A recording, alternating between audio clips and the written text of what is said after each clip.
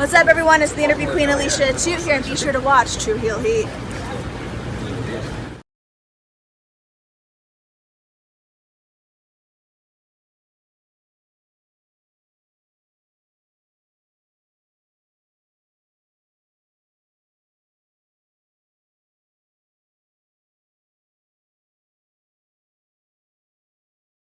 Hey guys, it's Rosa, and welcome to Tru Heel Heat.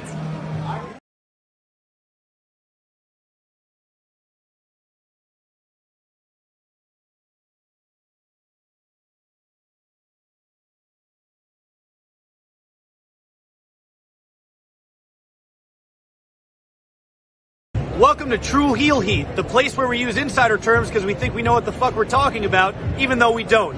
My name's Maxwell Jacob Friedman, and I'm better than you, and you know it.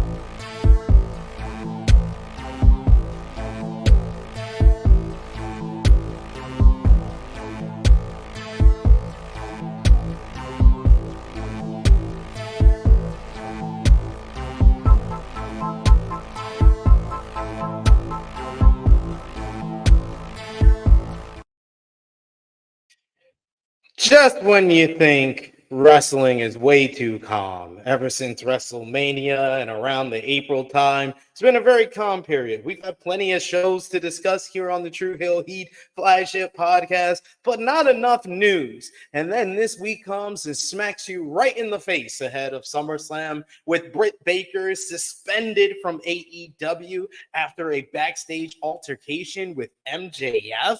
Shane McMahon having quote-unquote private meeting with Tony Khan in regards to AEW. You got Logan Paul is an absolute idiot. Let me repeat that in case anybody, mispronounced what I said. Logan Paul is an idiot. This is the Tru Heel Heat flagship podcast. Unbiased takes for professional wrestling. Let's hit the intro.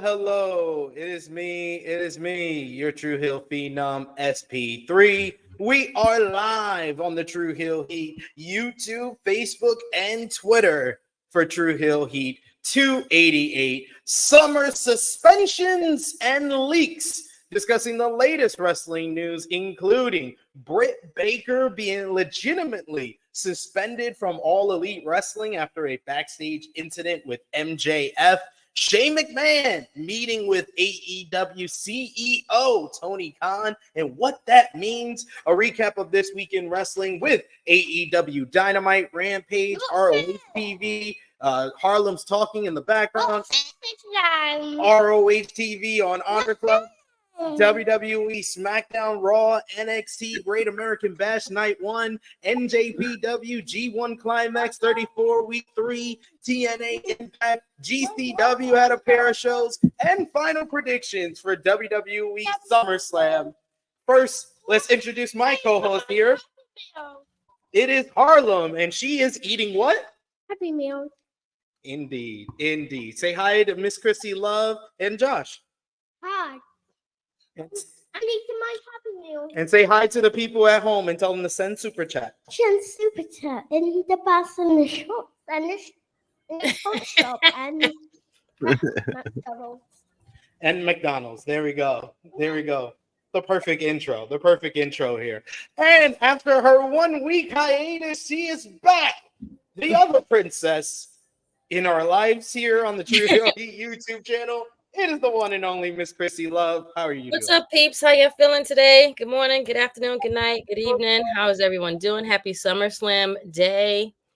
Yeah. And I've been telling y'all Logan Paul has been a fuckboy for a long time, but nobody didn't believe me. I mean, I know, I to believe be you. fair, I've actually always believed you because I've Okay, always felt the thanks, same. Aaron. Okay, thank you. We always believed you. It was just we were trying to give him the benefit of the doubt on his wrestling ability. We were trying to give him credit for his wrestling ability. That's true. and You're not right. the fact that he's a real life asshole and prick. He doesn't just play That's right. You're nonsense. right. You're right, friend. You're right. My bad. And of course, joining us today, as always, is the true draw himself. Josh, how are you doing? Doing good.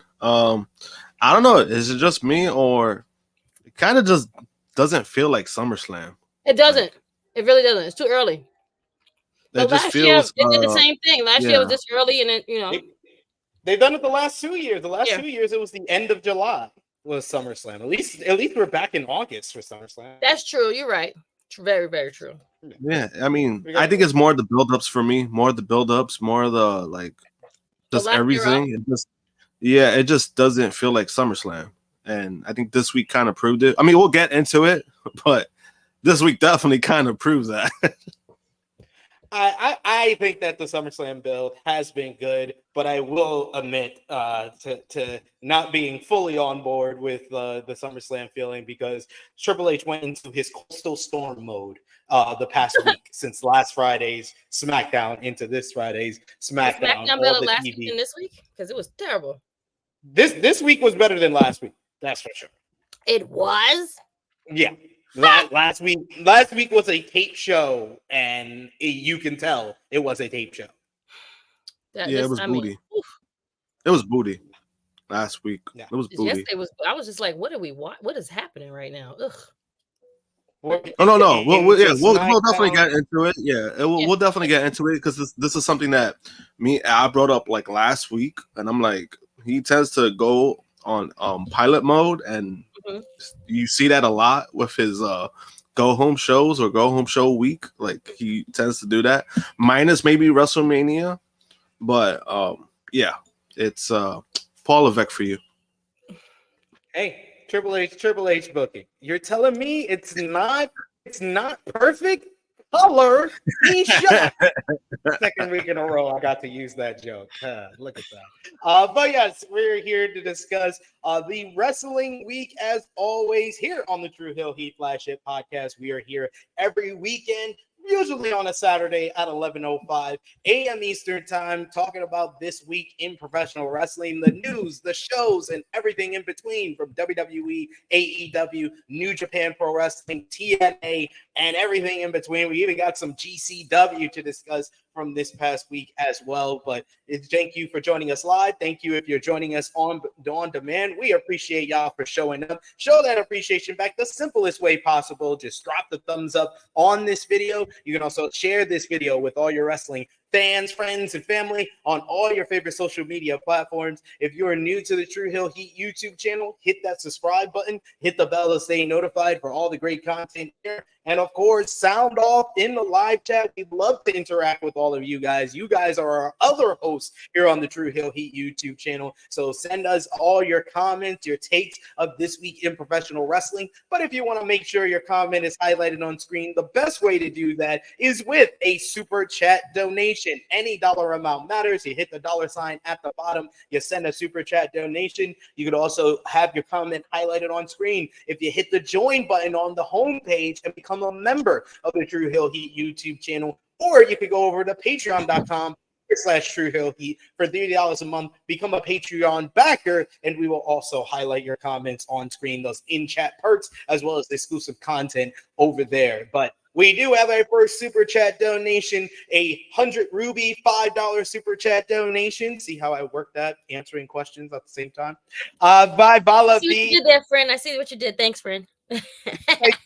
Bala B, who says, "Happy meal every weekend for Harlem. I've always been a Logan hater.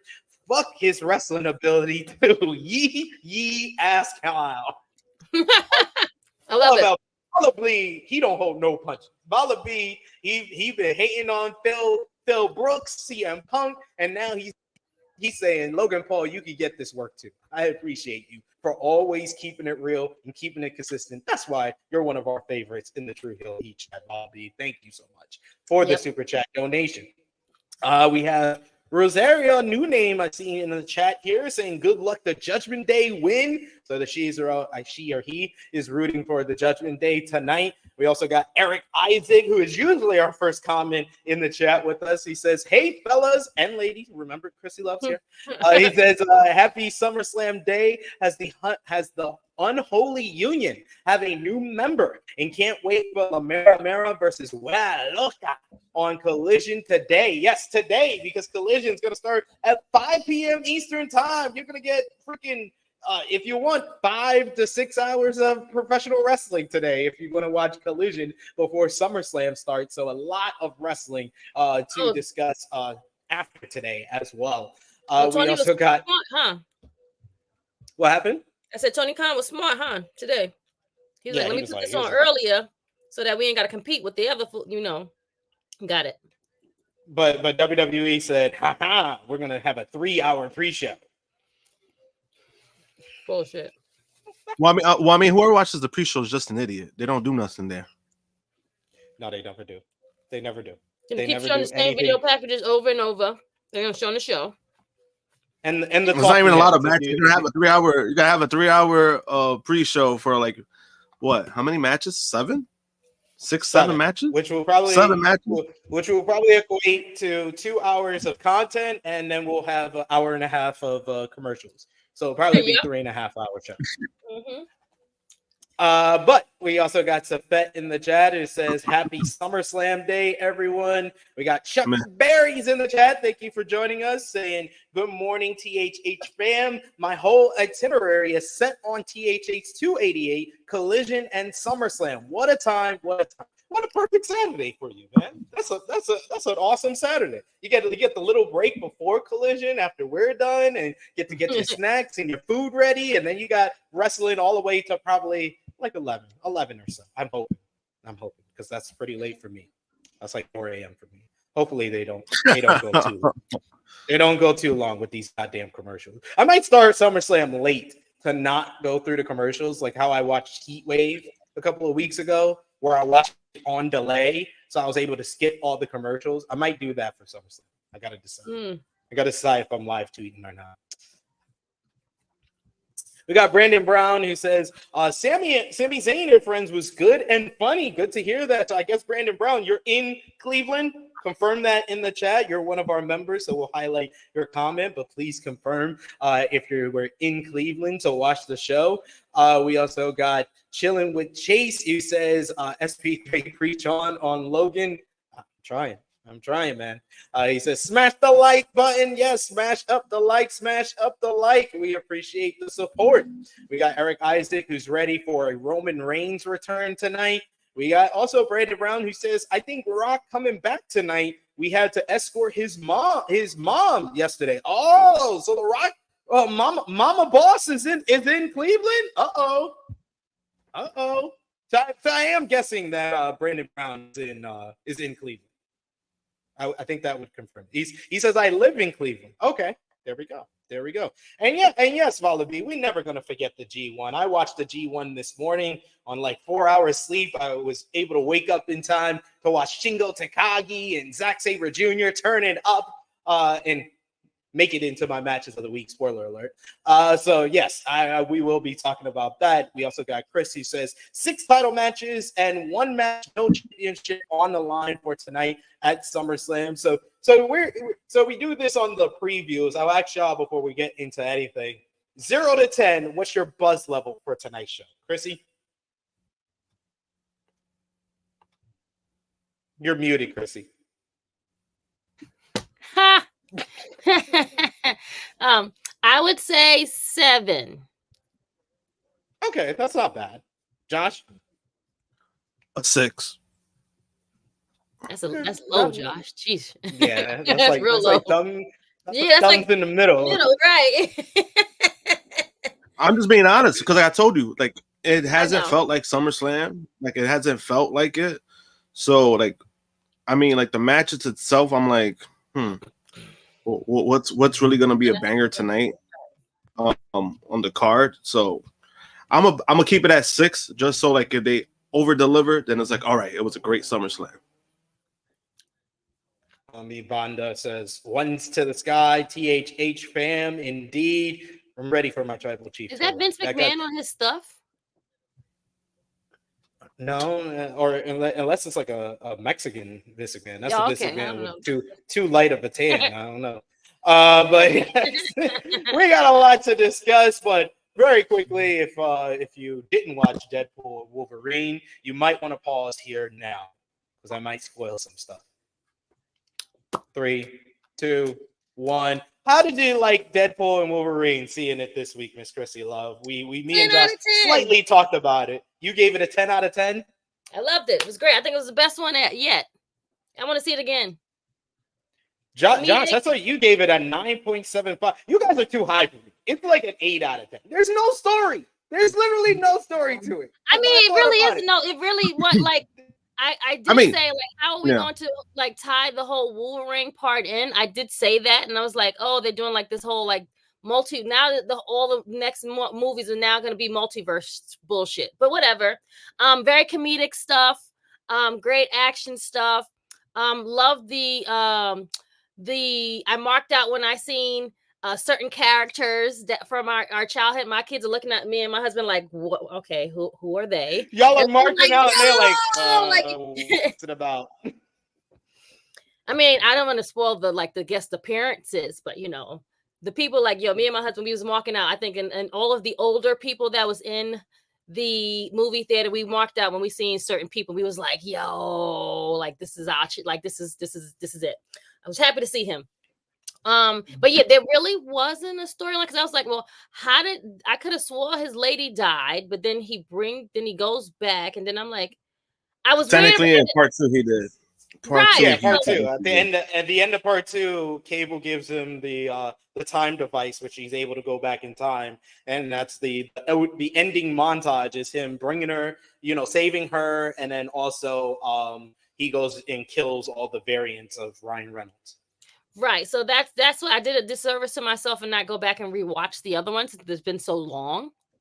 So I had to figure out, like, when did all of this shit happen? But, anywho, I thought it was great. It didn't have a story. Yes, you are correct on that part. 100% SP. But without a story, it still was fucking good.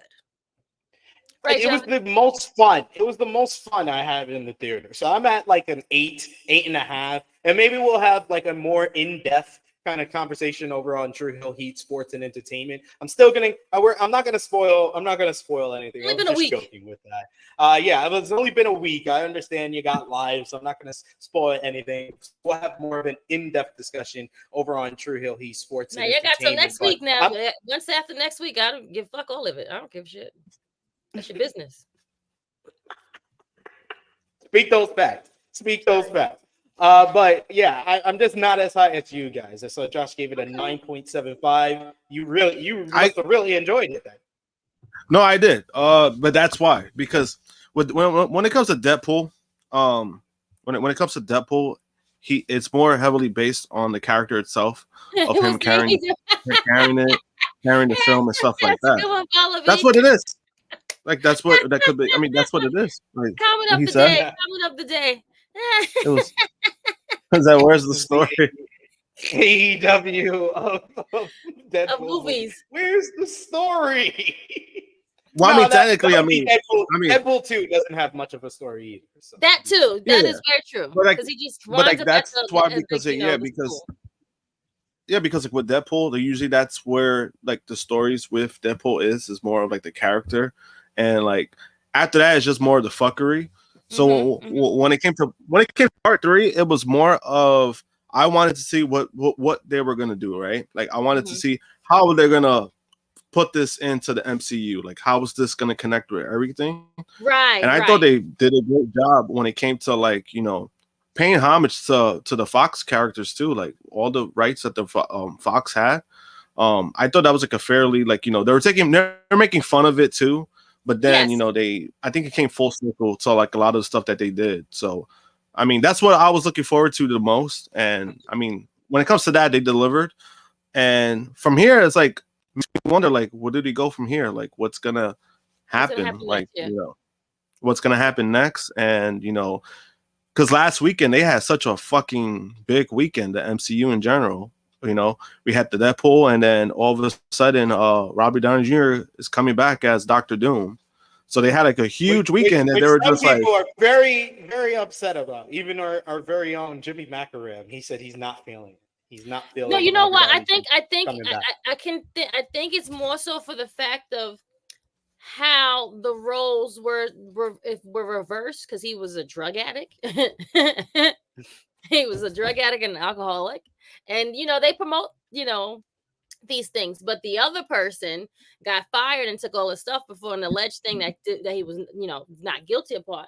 And I think it's just more like the whole lines of like, where do we blur it, or like where we say, okay, is it good enough for this or good enough for that? And they just like, well, how do you tie it in? Because he's supposed to be dead, but it's like it's going to be another multiverse reverse bull thing. You know what I'm saying? So I think that's it too. Well, yeah. So I mean, what I got to say about that is when it comes to Robbie Downey Jr. himself, I mean, he turned his shit around, right? Because there was a time though. They didn't give but also there was a big period of time where he wasn't doing anything until the Iron Man role came up, and he turned it completely around. As far as like the other situation, I mean, I have my thoughts and views when it comes to that. In regards to Jonathan Majors, of the direction they went with that. I understand why they did the move. I understand why they did it. Do I necessarily? Well, not only that, but there's a reason why, because of what ended up happening, and because he was convicted, he was found guilty of what he did. But when it comes to that itself, like, there's a lot of stuff I don't agree with, like flat out, when it comes to like what he supposedly did and what happened and how they used a lot of shit against him. I don't agree with that stuff. Like, I don't agree with that personally. Maybe like in another situation, I'll probably go deeper into that. But overall, I understand why they went the direction they did in regards to moving on from that. Now, moving forward, when it comes to Robbie Downey Jr. becoming Dr. Doom, there's different ways they could go about it. But there are people who are focusing on like the infamous Iron Man, because that's how it's coming off. Yeah, and I think that might be a direction that they might go with it. But I honestly think, I'm like, if you're gonna do Dr. Doom, right, you go with what you know best. And what Robert Downey Jr. did for the MCU, I mean, it's kind of, he's basically the face of it, in my opinion, for what he's done for it. So I'm like, you're gonna go with him. And then also, I got to tell people this too. They're bringing back the Russo brothers, and the Russo brothers are responsible for some of the best MCU films. Yeah, I'm confident in the Russo. They're gonna. That's what got me excited. They're definitely gonna deliver and excel in what everyone is expecting them to do. They're gonna do that for sure. Yeah. So that's why I'm not like putting too much like thought, like, oh my god, I hate this move. I'm like, guys, we have the Russo's brothers back. They know what they're doing. Just go. Just wait and see what happens. Yeah. And I think it's gonna end up being great, honestly, because I mean, you when you give them the next two Avengers movies, you're gonna get something great. So I think it's more of like, guys, just see what happens, relax, and the next see what happens. Let's focus on let's focus the end of on 2025 or 2026 is Avengers Doomsday. Yeah, because they're gonna do the other films. So like next year, Fantastic Four comes out. Blade is supposed to, but then Blade had another director drop. That's another thing we marked out on in the movie too, is that my kids are not old enough to know that Captain America was the original Torch. Yeah, Human Torch. They was- they was- That was a great scene. That was good. So they like, huh? Since when Captain America do that? I was like, no, see, this is why you young kids got to do. Like, I was like, no, we was like in the movie trying to explain. I was like, we got to tell you this like afterwards. Like, no, that's like he's the original Fantastic Four. You got to show them the Fantastic Four to explain that one. But apparently we do have a super chat donation here from Bluey. Thank you so much, Bluey, for the support here early on. They say, quite excited, a good build. Talking about for SummerSlam, Punk Drew, Liv, Rhea, feel box office. Punk Drew's probably the best build since Cody's chase if it peaked 2 weeks early. Yes, absolutely. Absolutely agree with you. That was a good take at the end. That Punk and Drew's build kind of peaked like 2 weeks ago. It did not peak on Monday's Raw, which we'll get into. I have my complaints on that one. But yes, keep coming with those comments in the live chat, whether it be about Wolverine and Deadpool. Like I said, we'll do a more in-depth review on that over on Tru Heel Heat Sports and Entertainment. And yes, Wallaby, I really will be doing one on Keith Crusader. So I will let you know. I did watch the first episode of Crusader. I love his comments his last comment right now. Because I the one he wrote about Liv, real box, all right, like because I kind of agree with him. I literally just That's why I'm laughing, because I'm like, he has a point. Wallaby, you ain't he's been saying it for weeks. Yeah, he's been saying it for weeks. He has been. No, he's been keeping the same energy. He has been saying that. So that he's standing 10 toes down. He don't give a shit. Oh yeah, same thing with me. And then, he always stands 10 toes down. No, it's true. And then it's like when I say it, it's like, oh, you're being too negative. Yeah. Right, you're being too negative.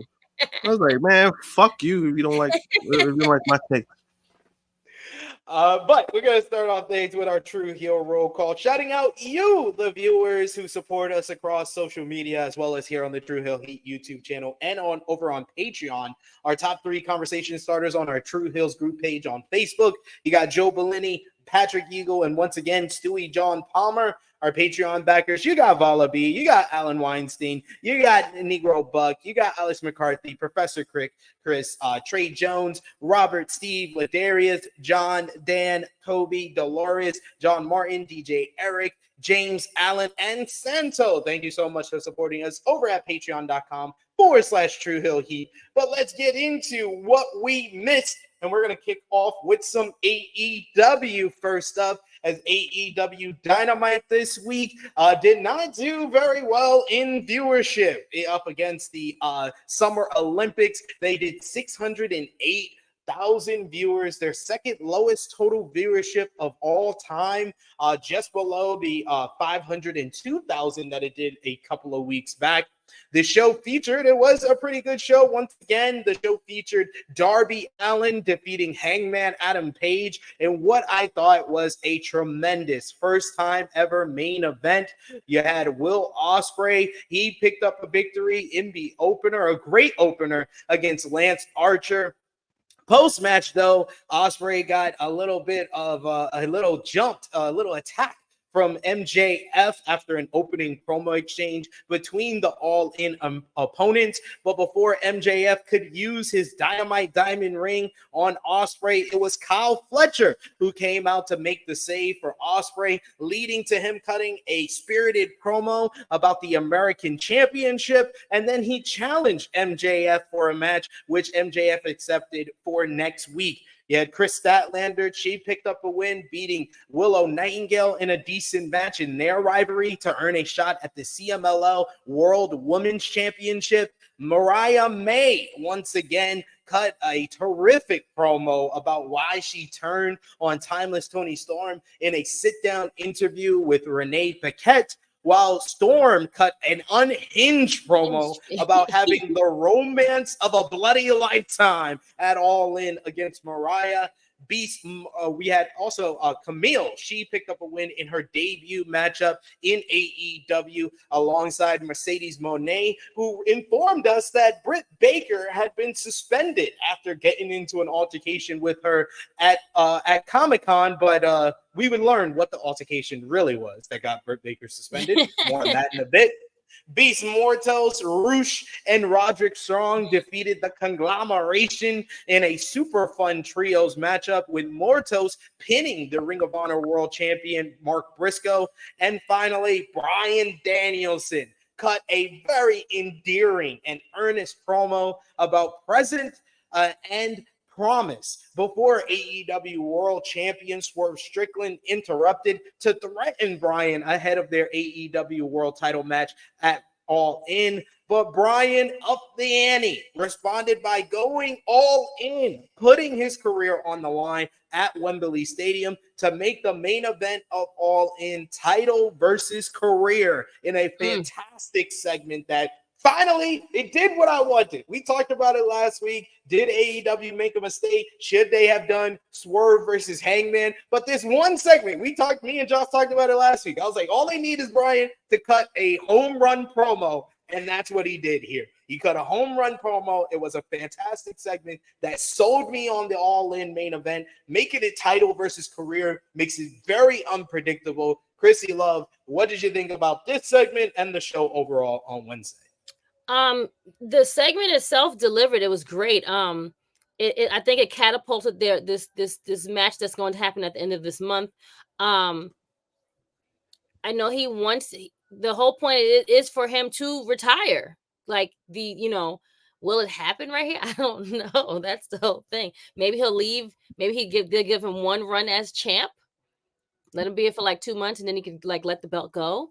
I mean, and then he could leave, things like that. I don't mind that. At least he say, you know what, I came here, I did what I needed to do.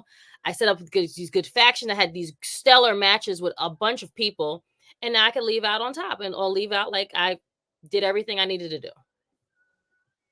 Agreed there. Josh, what did you think about Bryan up in the ante and going all in against Swerve? I mean, definitely makes the match interesting. Like we said last week, we're like, hey, all they need is like one big segment.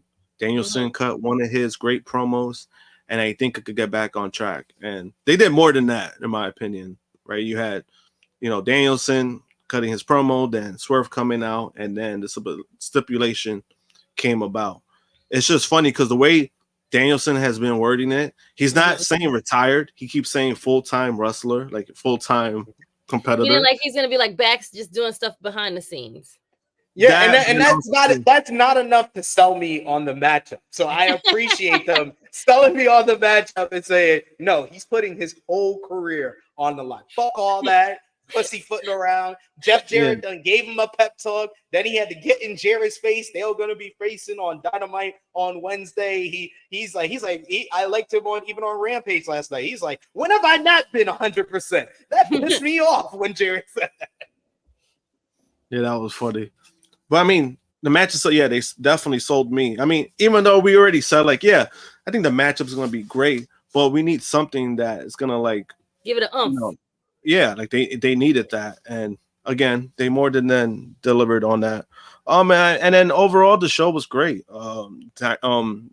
Dynamite has been having a nice little run where the shows seem they've gotten better, getting back on track on certain things. A lot of stories that they've been told that, a lot of people want to discredit them for. And, so, I noticed that they're focusing on, their pay-per-views, right? On the build-ups. And I think they've gotten better at that where it comes to, all right, let's see what's going to happen. You have pay-per-views a couple of weeks away. And I know TK was also on that trend where he'll kind of, laid back on it, not do much, but now it seems like it's been more of a focus ever since maybe, I want to say Forbidden Door, I would say. Yeah. It's been kind of they're focusing their shows on the build-ups to the pay-per-views, and I think that that's a smart way to do it, especially when you're not doing a pay-per-view every month yet, like they've been saying. So you have enough time to build up to those shows to make it mean something.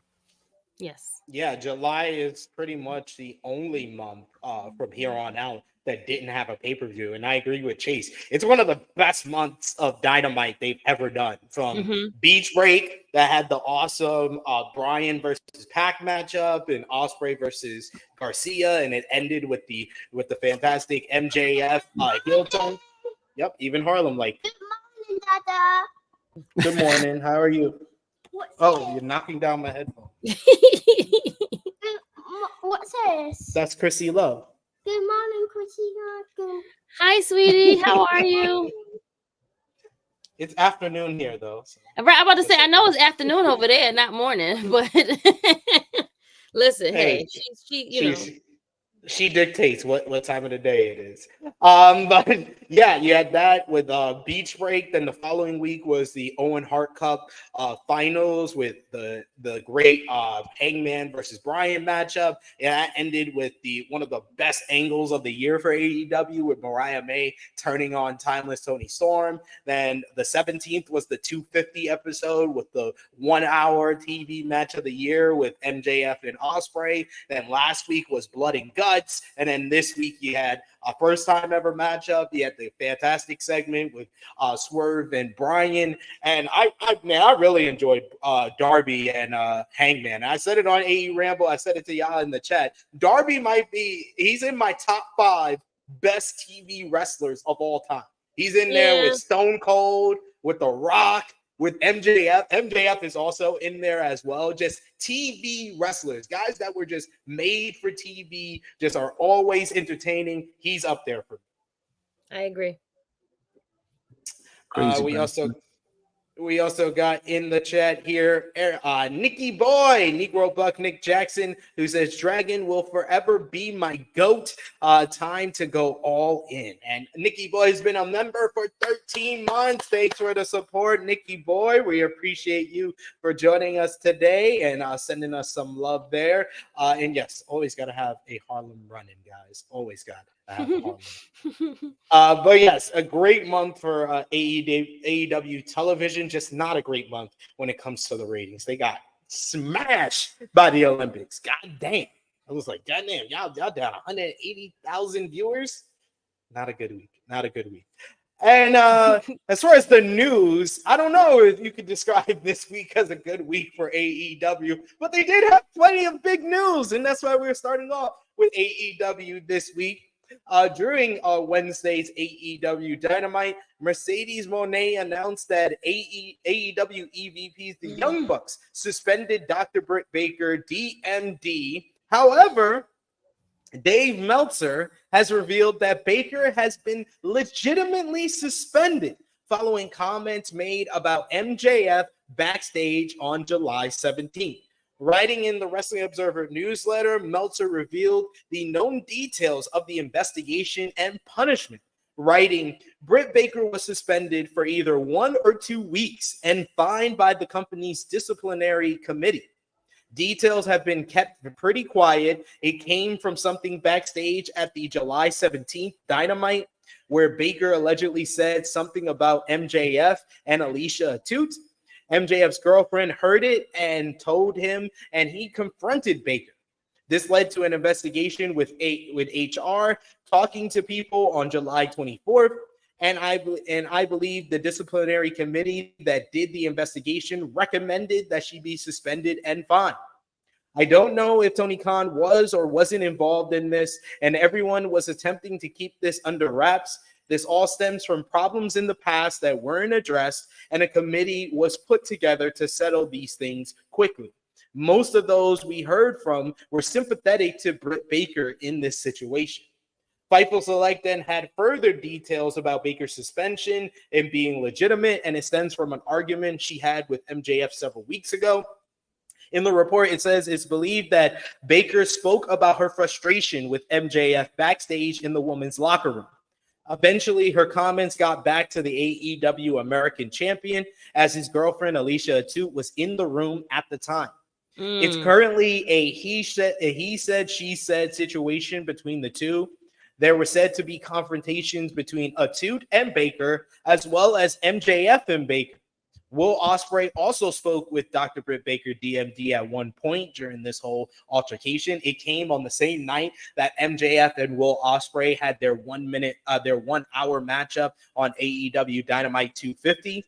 Baker was reportedly not happy that Atout told MJF what she said about him. MJF and Baker had an argument, which led to MJF punching a wall before his hour-long matchup with Ospreay.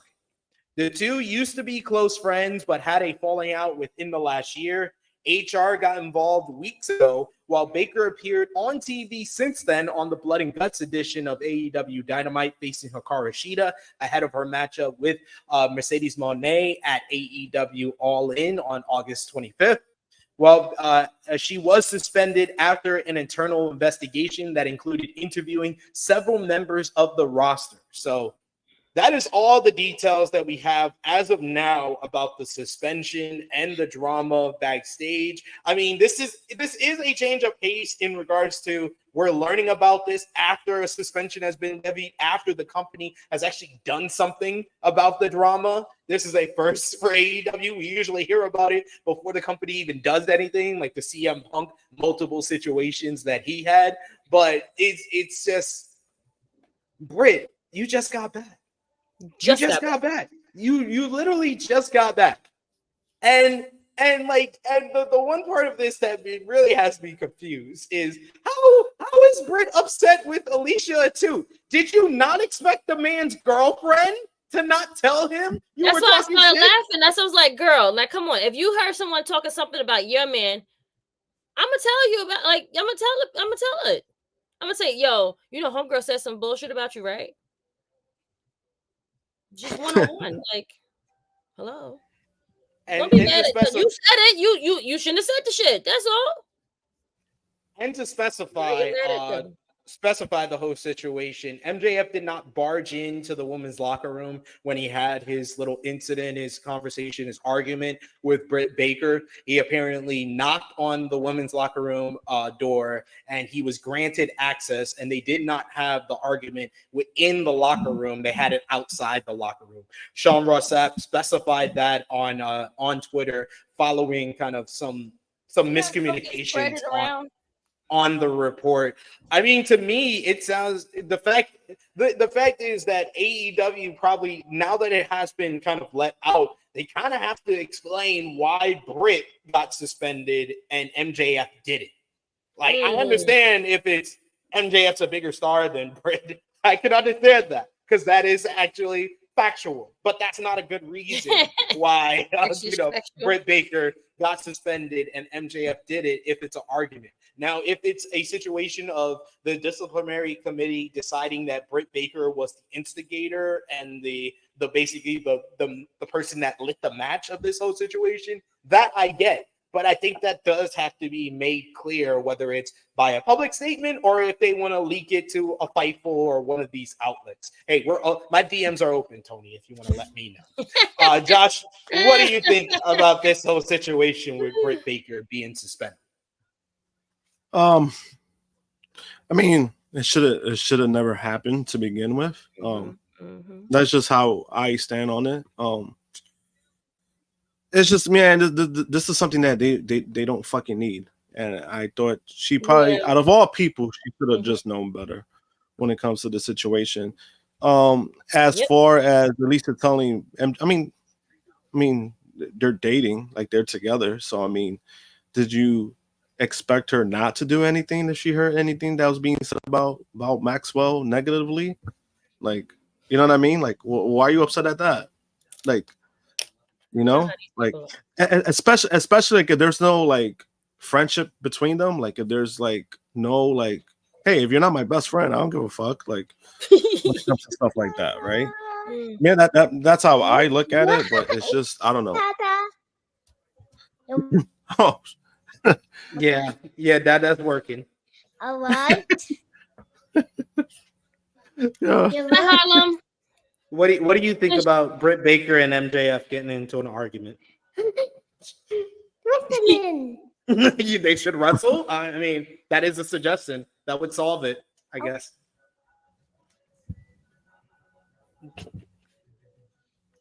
Don't put paper in your mouth. Don't do that. All right. What about you, Krssi Love? What do you think about all this kind of drama that went down with Britt, Alicia, to MJF, and what do you think was the catalyst for all of this? Because to me, just by reading the report and hearing all of this, I kind of made my own assumptions, and this is assumption. This is not a report. It sounds like Britt was doing what Britt does. And we saw it Being on messy. AEW All Access with the whole Thunder Rosa situation, where Britt has her friends that she's very nice to. She's a good friend to. And in the women's locker room, and she was basically complaining about MJF and trying to put other people against MJF. That's why I think the report, the part of the report that says, oh, the locker room sympathized with Britt Baker in the situation because he explained herself and why she has issue with MJF. But she felt too comfortable in that women's locker room, either not realizing or thinking that she was so much of a big shot that Alicia too was not going to say anything, even though he's basically engaged to her and got her the job here. So, and it just seems like it caught up to her, and she basically was talking shit about the wrong person. Yeah, when once the report came out, I believe it. I definitely believe it. I believe it for sure, like 100%, because she gives off Mean Girl vibes. And I mean, they showed it in the All Access stuff. Seen it in person. She's very kind of like standoffish. But you know, hey, it is what it is. Like, you know, she'll be nice if she has to be, but that's not her. And then that's not her go-to, to be like, hey guys, how, you know, that's not her. That's not who she is. She does have very much Regina George Mean Girls vibe. Correct. Exactly. There you go. Exactly. So go ahead, Josh. Oh no, I was gonna say that when it comes to like what SP3 said, what I wanted to add on is that I kind of agree with what he said about in regards to like, oh, AEW needs to acknowledge MJF's end, like why wasn't he suspended? Right. I kind of agree, but at the same time, when I saw the report, I kind of saw why Britt got suspended, because I was like, yeah, she was probably the instigator. She probably started the situation, and MJF just reacted. Yeah, he just reacted, I think if he just would have done more, maybe then he would have been suspended. But I think because they did an investigation, they saw like, all right, she was the catalyst of what happened. Then she got the bad end of it. Correct. Because I really didn't see a situation where, like, at least from the stuff that I read, there's like I'm like what MJF should have been suspended for punching a wall, because people punch stuff all the time. I mean, at least he ain't punched nobody. He punched the wall. He punched the wall because he's upset because of something that she did and tried to like put so like maybe that's why so like that's where I stand on that. But I do kind of agree. I'm like, maybe they need to make that clear, because you know there are some people who will try to use like they'll try to use that dynamic of like, oh, because Britt is a woman, this is why she was treated over MJF, who's a man. And I think that's why, like people tend to use those kind of arguments, and I think like that's their best way to try to make things clear. Even though, again, from what I read, I'm like, I see why Britt got suspended, and it's not the first time she's done shit like this, and they did what they had to do. She holds on to stuff like she don't let shit go. She holds grudges, and that's just really what it is. And you got to grow up, sis. I think that's what Tony Schiavone was like. Yo, let it go. Like, get over it. It's over. Like, stop. yeah. Like I love Savet's comment. He said, "Lesson learned: don't talk shit while the girlfriend's in the room." Like, at least do that shit when she leaves. Like, did you not know that they were together? This bitch only got a job because MJF here. So let me talk my shit about MJF now. She left the room. Like, come on, have a little decorum. That's Dion. I do agree with that. That it's all seems like very much high school BS. I mean, it is. It's like that everywhere. Like, it is high school stuff, but I'm like, happens everywhere.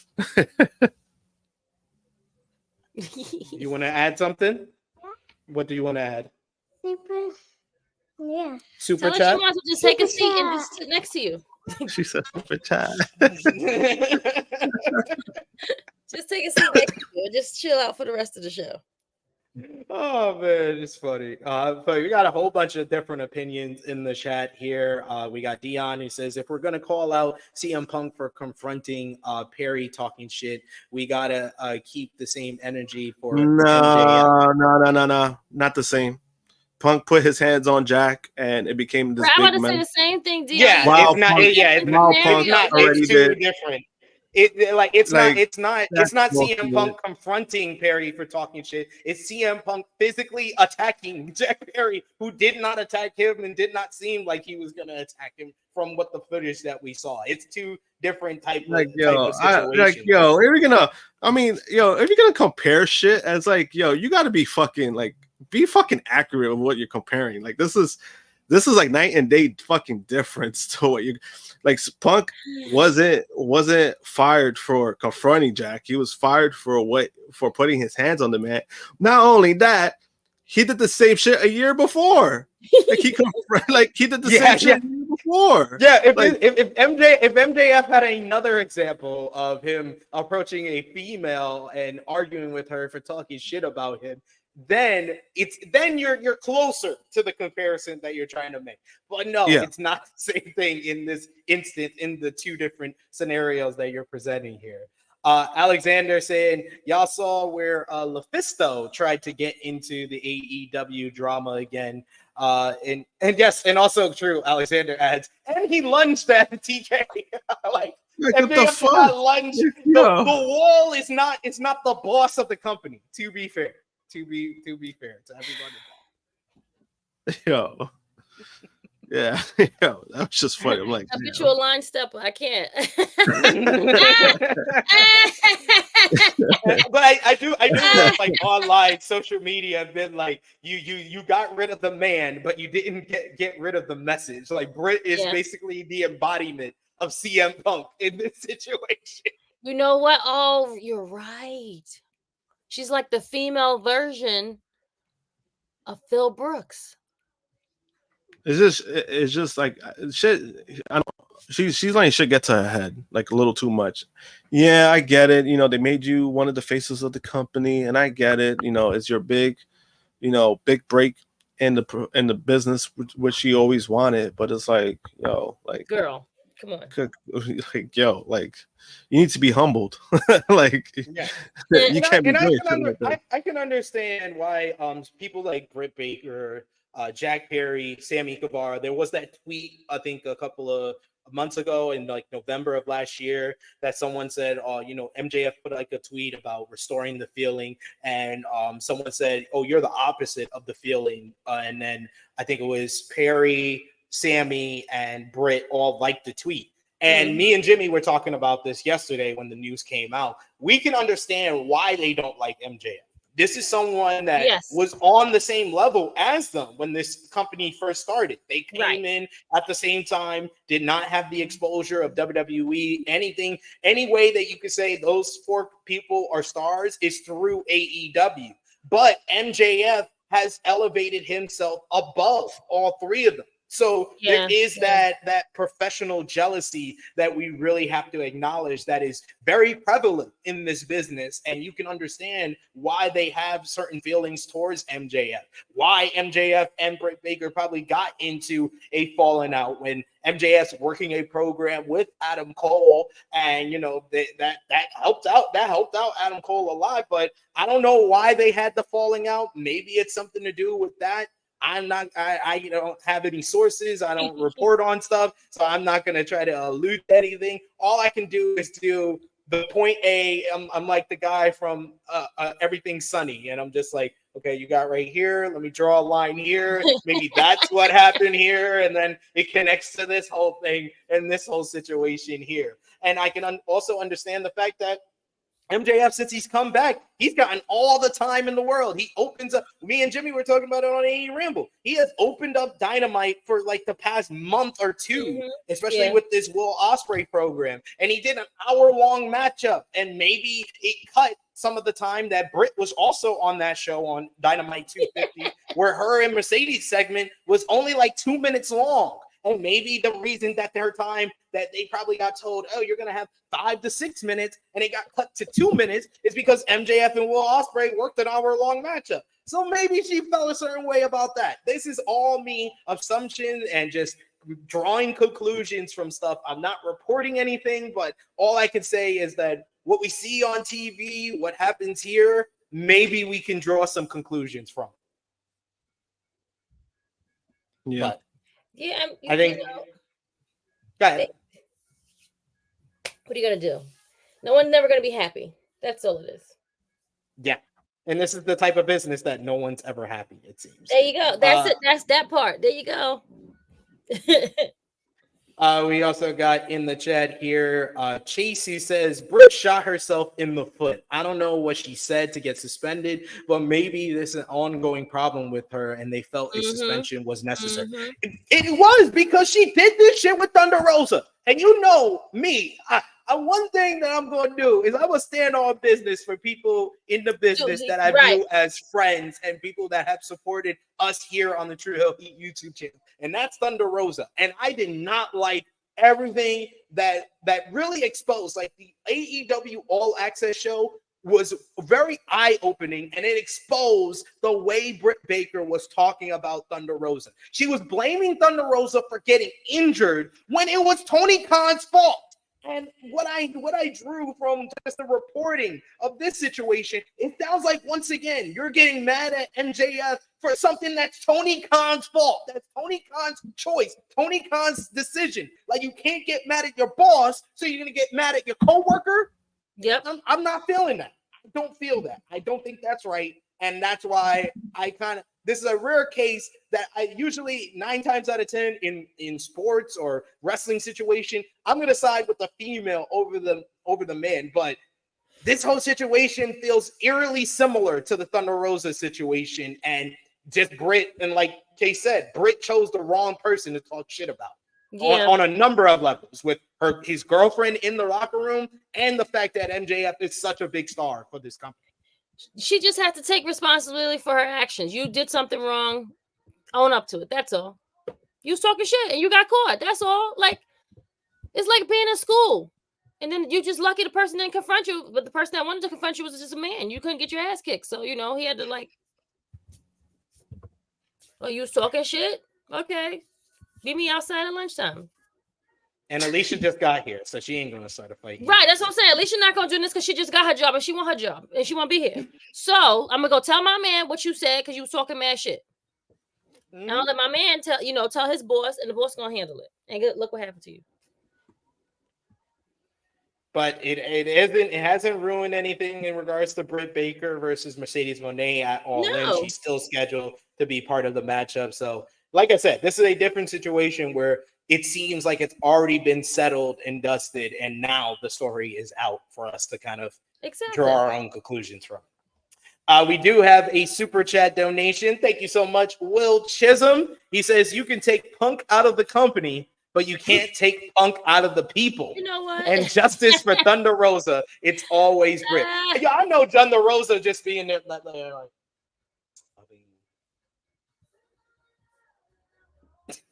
like she is just sitting back. Like, I told you.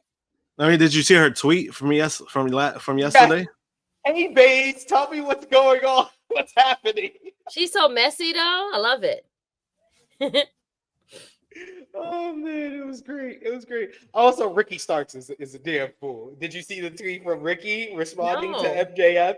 MJF said, "Oh, everyone's talking about the American champion and his title defense tonight." And Ricky replied, "No, I think everybody's talking about you and Britt." Then he deleted the reply. Damn. I was like, "Yo, Ricky messy. Ricky is messy, but I love him for it. I love him for it." We're here for it all. It's fine. We're here for it. I'm here for all the drama, man. It's the most we talked about AEW in a while, so I'm here for all the drama. And we still got another big news point from this week to talk about with AEW. What? But, oh yes, the real important one. Yeah. Will Chisholm with another super chat donation. Thank you, Will. He says, "How long Britt becomes jealous of Mercedes?" I think it's already happening before our eyes. Yeah, I think this is But I kind of. Once she got there, I knew she was going to be in her feelings, because she's now going to be pushed back to the side because you have someone else that's bigger than you are in this company now, and you don't want to share the limelight. You don't want to share with Thunder Rosa. You just have to be the only one that gets all the limelight. Yeah. So we'll see how this all transpires. We got Alexander who says the big problem is who in AEW keeps leaking this stuff. WWE keeps stuff like this from leaking out. AEW needs to do the same. I think that this was probably an inquiry from Wrestling Observer and Fightful.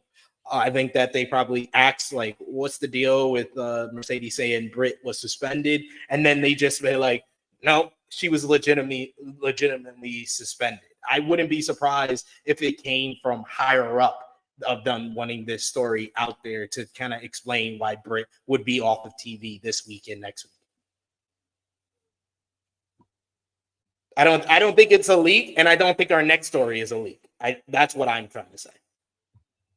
Yeah, I don't think it was a leak. I think they just inquired about it, and then that's what they're reporting. Now, as in for them not responding to it, that's a different story, but they're not going to do that. They're not going to just not respond to certain things because they want, like stuff like this, like the Wrestling Observer, Fightful. They still need these kind of businesses for them to get like their stories out. So when it comes to that, I mean, it is what it is. It got out there. That's all you got. Like that now is about how you deal with it and what you do for moving forward. That's all you can really do at this point. Dion saying, like I said earlier, he says we need to hear more about this situation because she couldn't have just been suspended for talking shit and complaining. Yeah, I think there's more to this. There just needs to be an explanation of why Britt is suspended and MJF isn't, if it was an argument between the two that is the catalyst for all of this. Did Britt lunge at Alicia? Or did Britt try to get physical, slap him across the face or something? What is the reason why she's suspended and MJF isn't? That's what I. Yeah, I don't think anything got physical because that would have been out there already, right? Like if shit got physical, that would have been reported. I don't think it's so much that maybe she was doing certain things that was provoking that to happen. Like she was maybe doing certain gestures or certain things that maybe she seemed like she was gonna like fight somebody, but again, they did the investigation and they're like, yeah, Britt, you fucked up.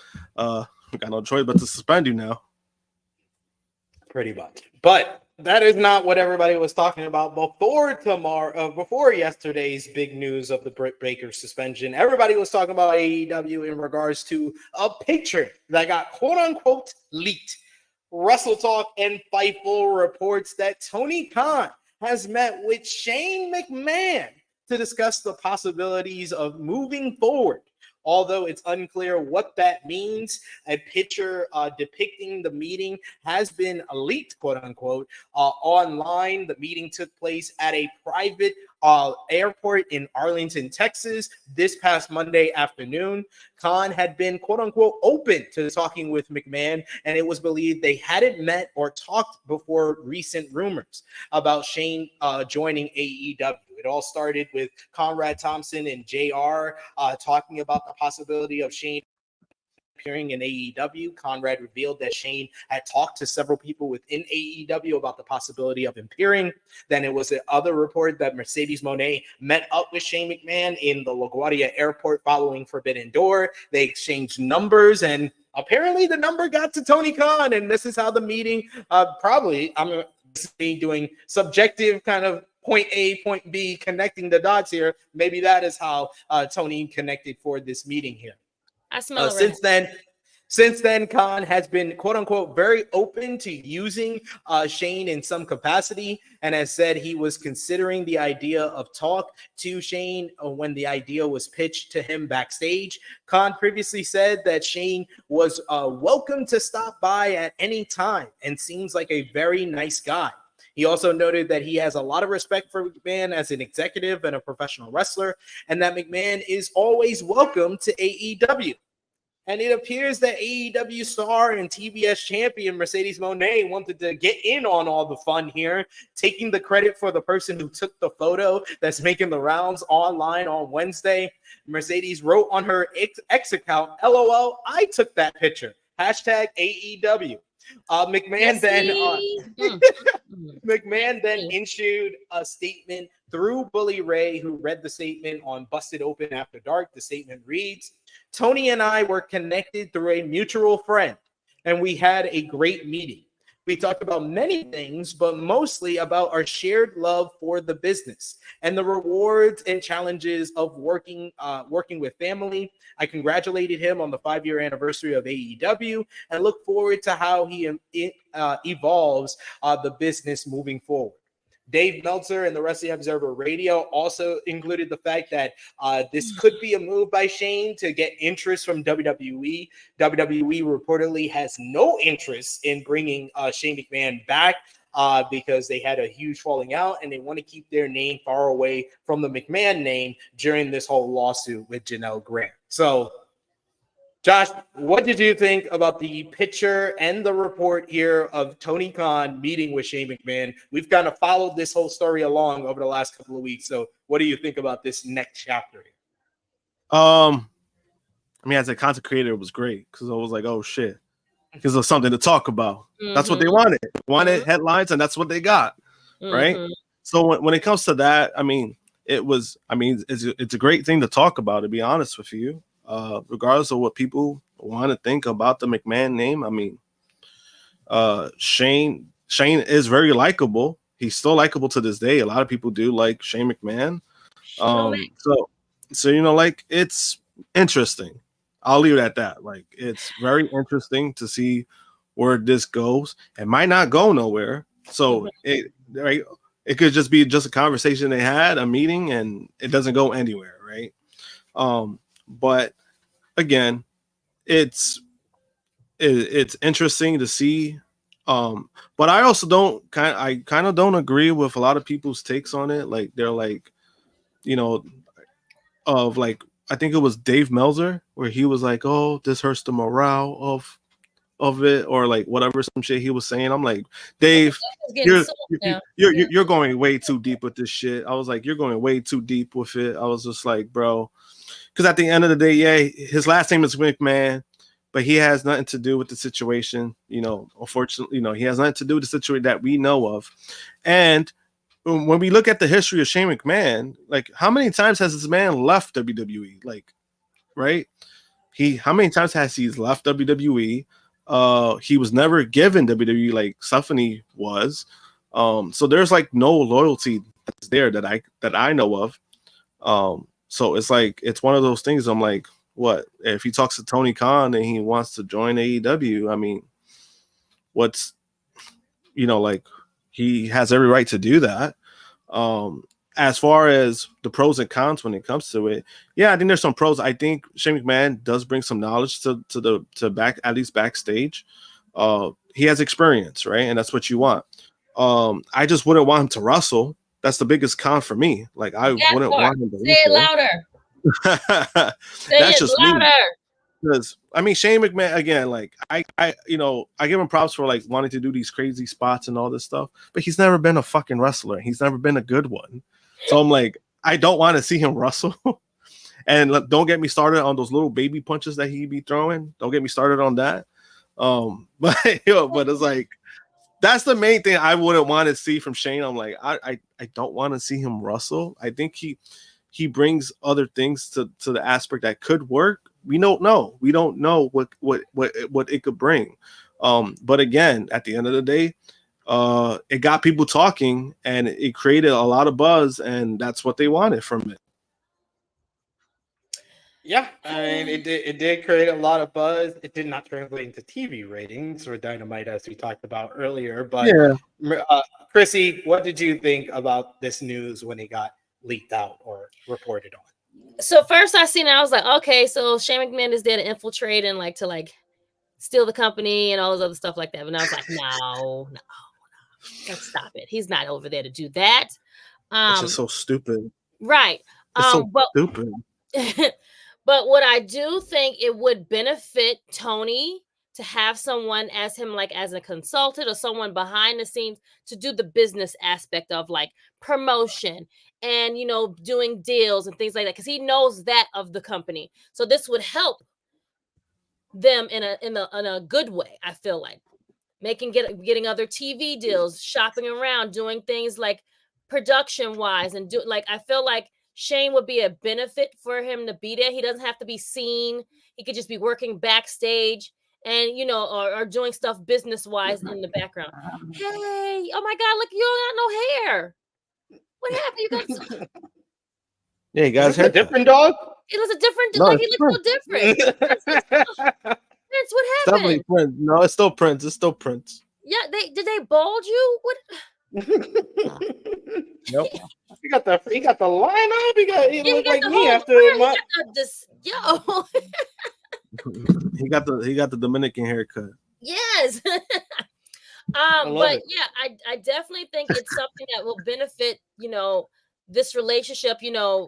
Kudos to Mercedes for, doing this and saying, hey, I think you would be a good factor with coming over here and like making things better.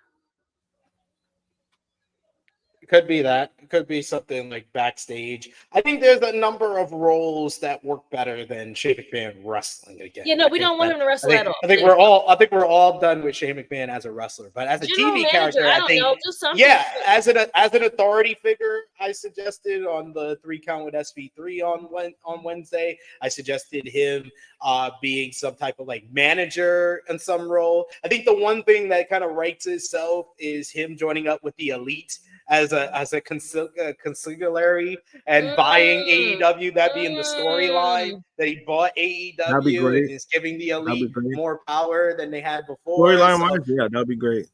That would be great. Yeah. I think Shane as a TV character works a lot better than Shane McMahon as a wrestler. I don't want to see MMA man Shane McMahon anymore in a professional wrestling. I will also say too is that what it could also do. And I know this is something that Shane wanted a long time ago. You probably give him maybe Ring of Honor, and he could probably run Ring of Honor. Because this was something that he did want when he was in WWE. I think he wanted to do it with the ECW brand, I believe, and it just never happened. I'd like that. Yeah, that's a good one. Maybe this is something that could work for him. Like he give him Ring of Honor, see what he does with it. It wouldn't hurt to try, because I mean it would be probably better than what they're doing now, because with Ring of Honor, like I was telling SP3 last week, is that their pay-per-views seem to deliver, and I seem to really enjoy their pay-per-views. It's more the rest of the TV stuff that kind of is like, bro, this is just dark. I don't want, like, what are we doing? So they need if you watch this week, it was not dark. It was not ROH dark. They actually had, I called it on Thursday on the Fightful review. I was like, this actually felt like a episodic wrestling television show, which we'll get into very shortly. Oh, so I mean that's good news. That's good news. Like if that's true, then hey. But it's more of like consistency. Like I want that. I don't want the whole. Yeah. I don't need 13 matches and fucking 12 of them are squash matches, and then when they do have a good match, people don't talk about it. You need something prominent. Do something like go back. Even if you have to go back to the old ROH route of things, do that. Like just tape your shows and then split it up, and then that's how you do it. But yeah, I think if you get somebody like Shane with Ring of Honor, I mean, hey, he could either sink or swim with it. I think that would be a big test for him. When it comes to like backstage stuff, or when it comes to executive stuff. Storyline wise, I do love the idea with the Elite. I think he would do that. Would be some magic there, in my opinion. It would be. I like that. I didn't even think about that. Off each other, like all the chemistry. I think it would work well, because it would just be some fuckery of trying to get the company. That would be great, and that's what they kind of need with the Elite, because they kind of like do stuff like, oh yeah, they're the EVPs, but then you also need that next big step where it's like, all right, this is gonna be our company, like as in like trying to say like you're trying to buy it, you do some sneaky shit behind it, and then you ended up like buying the company. People want stories. That'd be a big story for them. That would be a great story. It would be something that you could go for a while. Yeah. Yep. So it's like there's things that they could do with this. Again, like, and I think the more the negative is more of because like, oh, that's Vince's son, and The lawsuit's still going on, but it's like he's not even involved in the lawsuit. I think Stephanie's more involved in the lawsuit, and she's been on fucking WWE TV multiple times since then. Yeah, these are all very very true points. And it's like AEW can get the benefits of having a McMahon in the company without all the drama and baggage that having someone like Vince or Stephanie that's been very close to the business end of things for a couple of years now, and around when Janelle Grant was working in the company.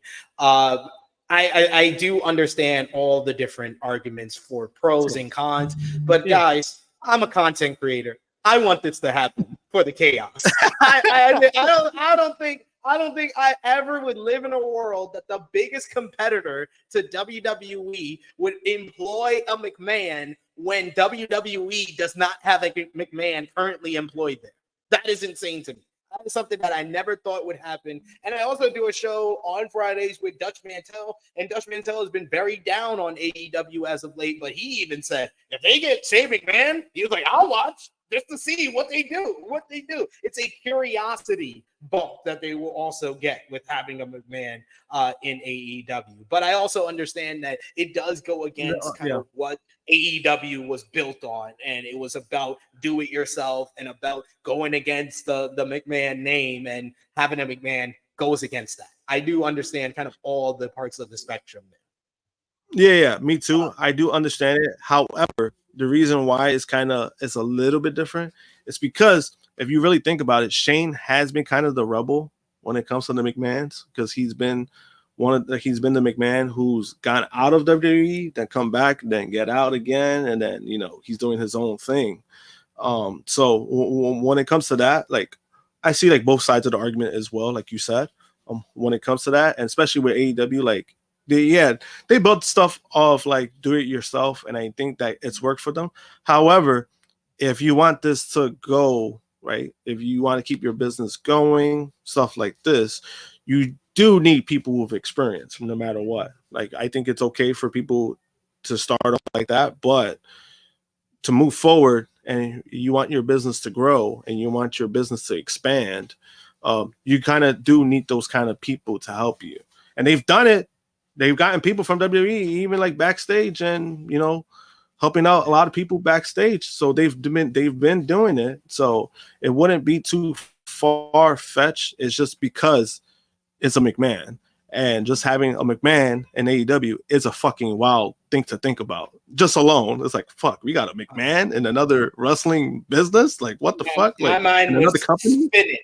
My mind was spinning when that report came out. And shout out to everyone at Fightful, but most of all, everyone at Wrestle Talk. Wrestle Talk doesn't usually do this type of reporting and stuff like that. And I know, I know those guys personally, and I can only imagine what they were thinking before that report came out, because Sean kind of teased it the night before, and they got to see. He gave them the layup.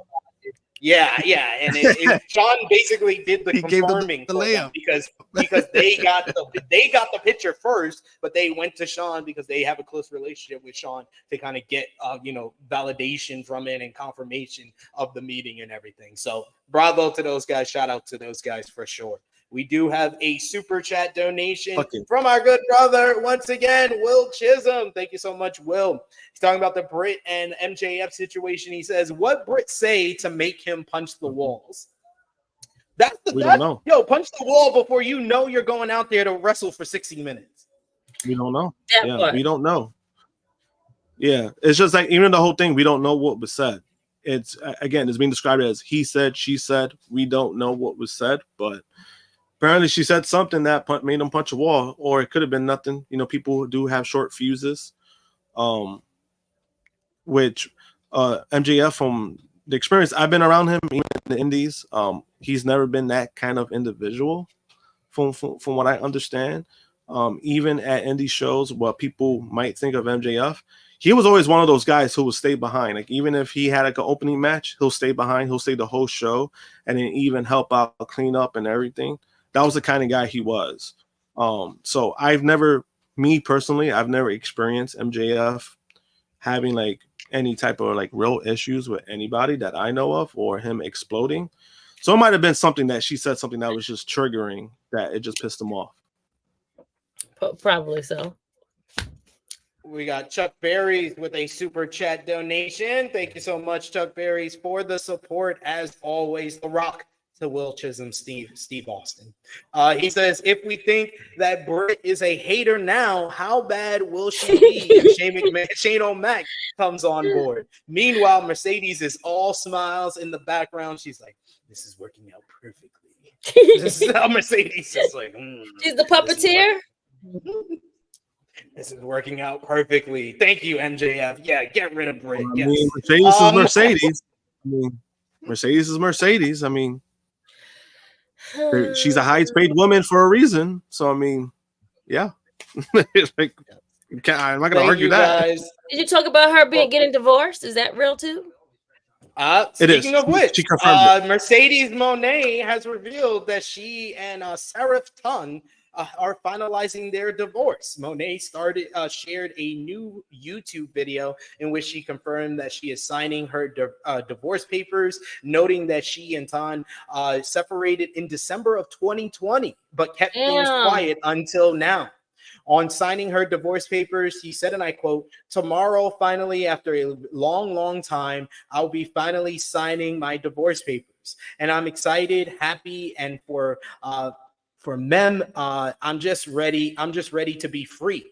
I'm ready to be free of not being afraid. And for so long, I've kept this secret because of how fast life has been going and so much that has been happening and wrestling and everything. And I just didn't want the outside world to judge or say anything, especially during the time when all of this was happening. But you know, I'm getting a divorce, and Sarah, my ex-husband now, we have such a great relationship, and he's such an amazing, incredible guy that I'm so grateful for. He's another person that changed and saved my life, but I'm excited to be free and to say that I'm finally getting a divorce. On their relationships, he says, Sarah still does my gear, and like, no, we're moved on. We've been separated for a long time. We got separated at the end of December of 2020. He finally moved out in January of 2021. I was shooting The Mandalorian, plus trying everything in my power to be in the main events of WrestleMania. So, of course, I don't want all of this stuff to get out because you don't know what Vince is going to do. Damn.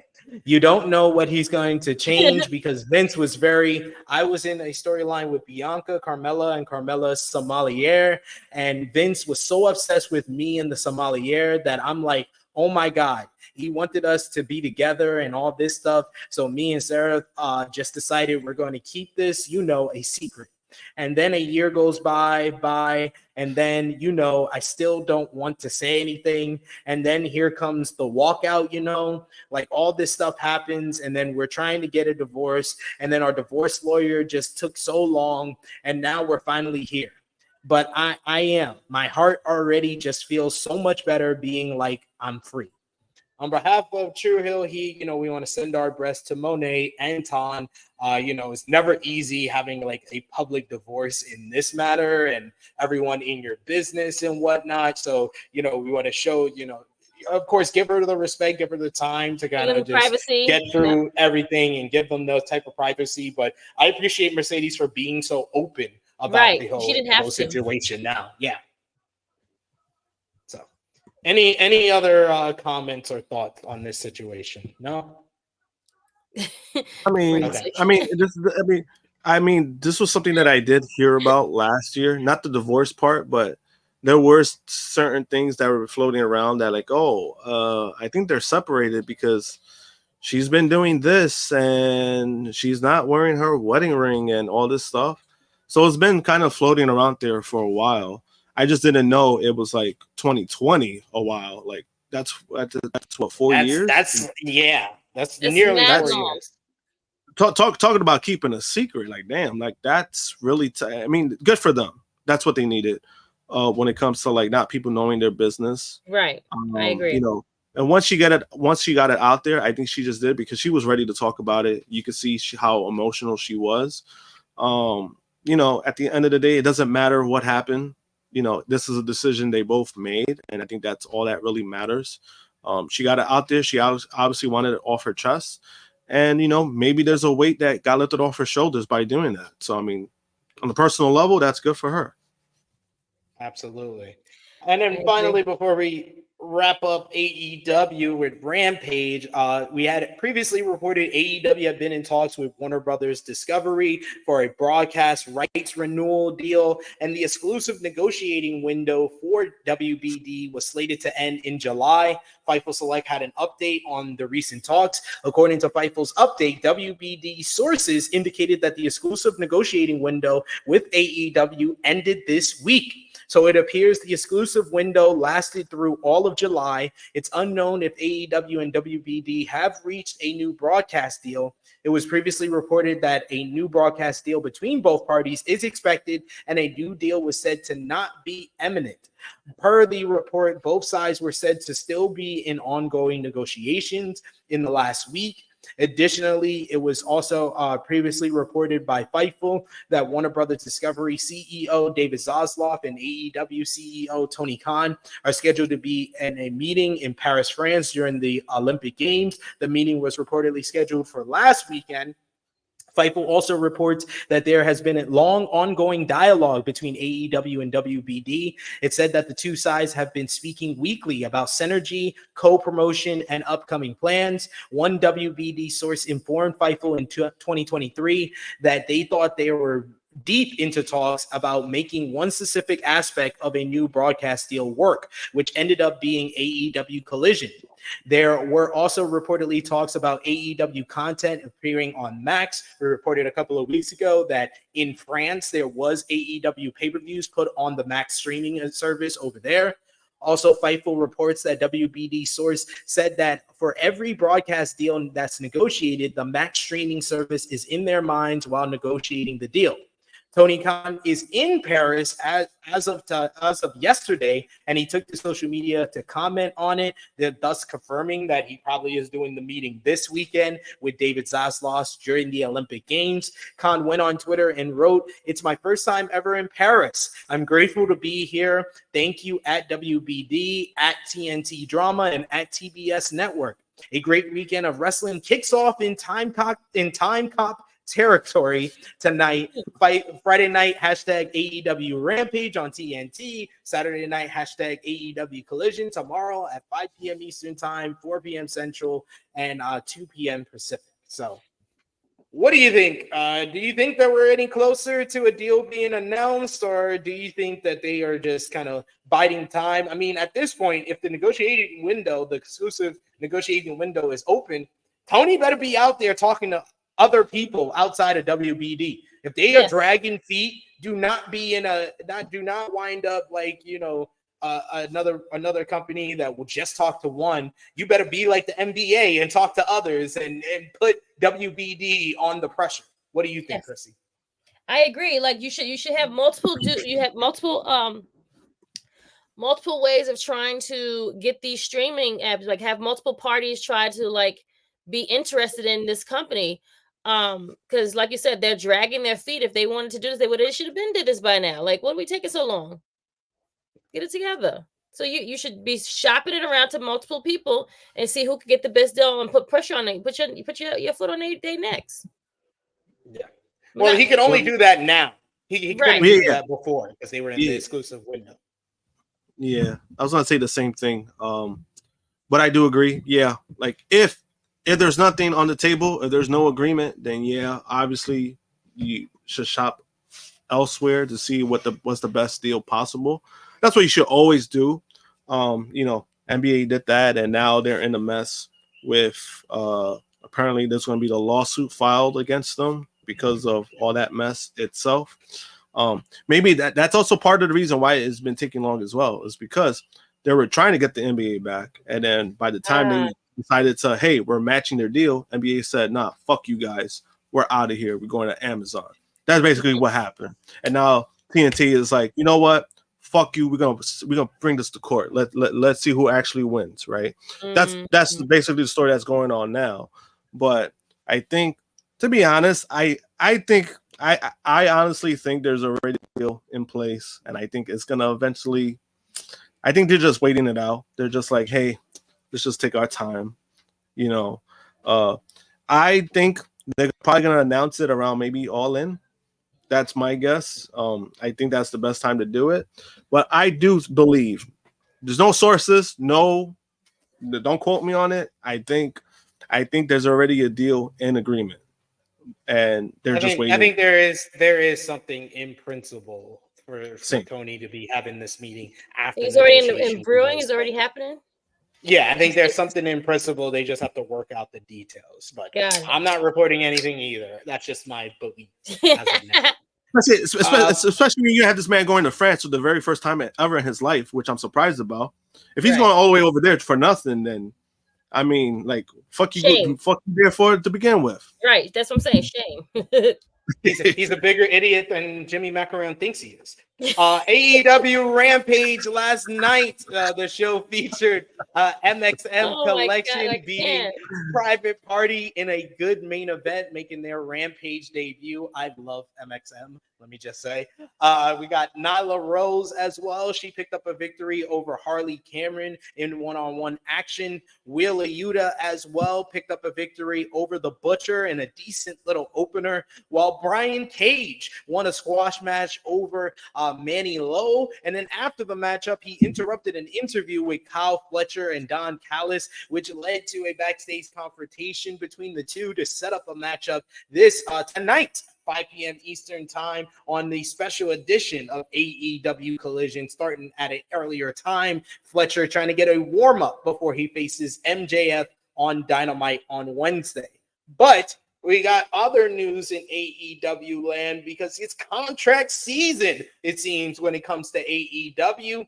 Figure4online.com, Wrestling Observer Radio has an update on the contract of Daniel Garcia, who has not appeared since losing a main event matchup against Will Ospreay on AEW Dynamite Beach Break. After the match, he was brutally attacked and taken out by MJF.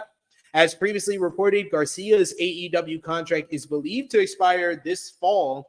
And according to Meltzer, when Garcia did the angle with MJF on Dynamite, he had not yet signed a new contract. Meltzer added, "I asked around, and it wasn't like people thought he was leaving." Alvarez noted that he had heard that the AEW conducted the post-match angle with Garcia with full awareness that he may not come back to AEW programming, so it could work as writing him off. Alvarez stated when they did that angle, they were aware that he may not be back, and so the angle was done in case he doesn't come back, and if he does, then he's got a storyline feud with MJF. Alvarez continued that Garcia is thinking about his next option when his contract is up, along with exploring going to WWE.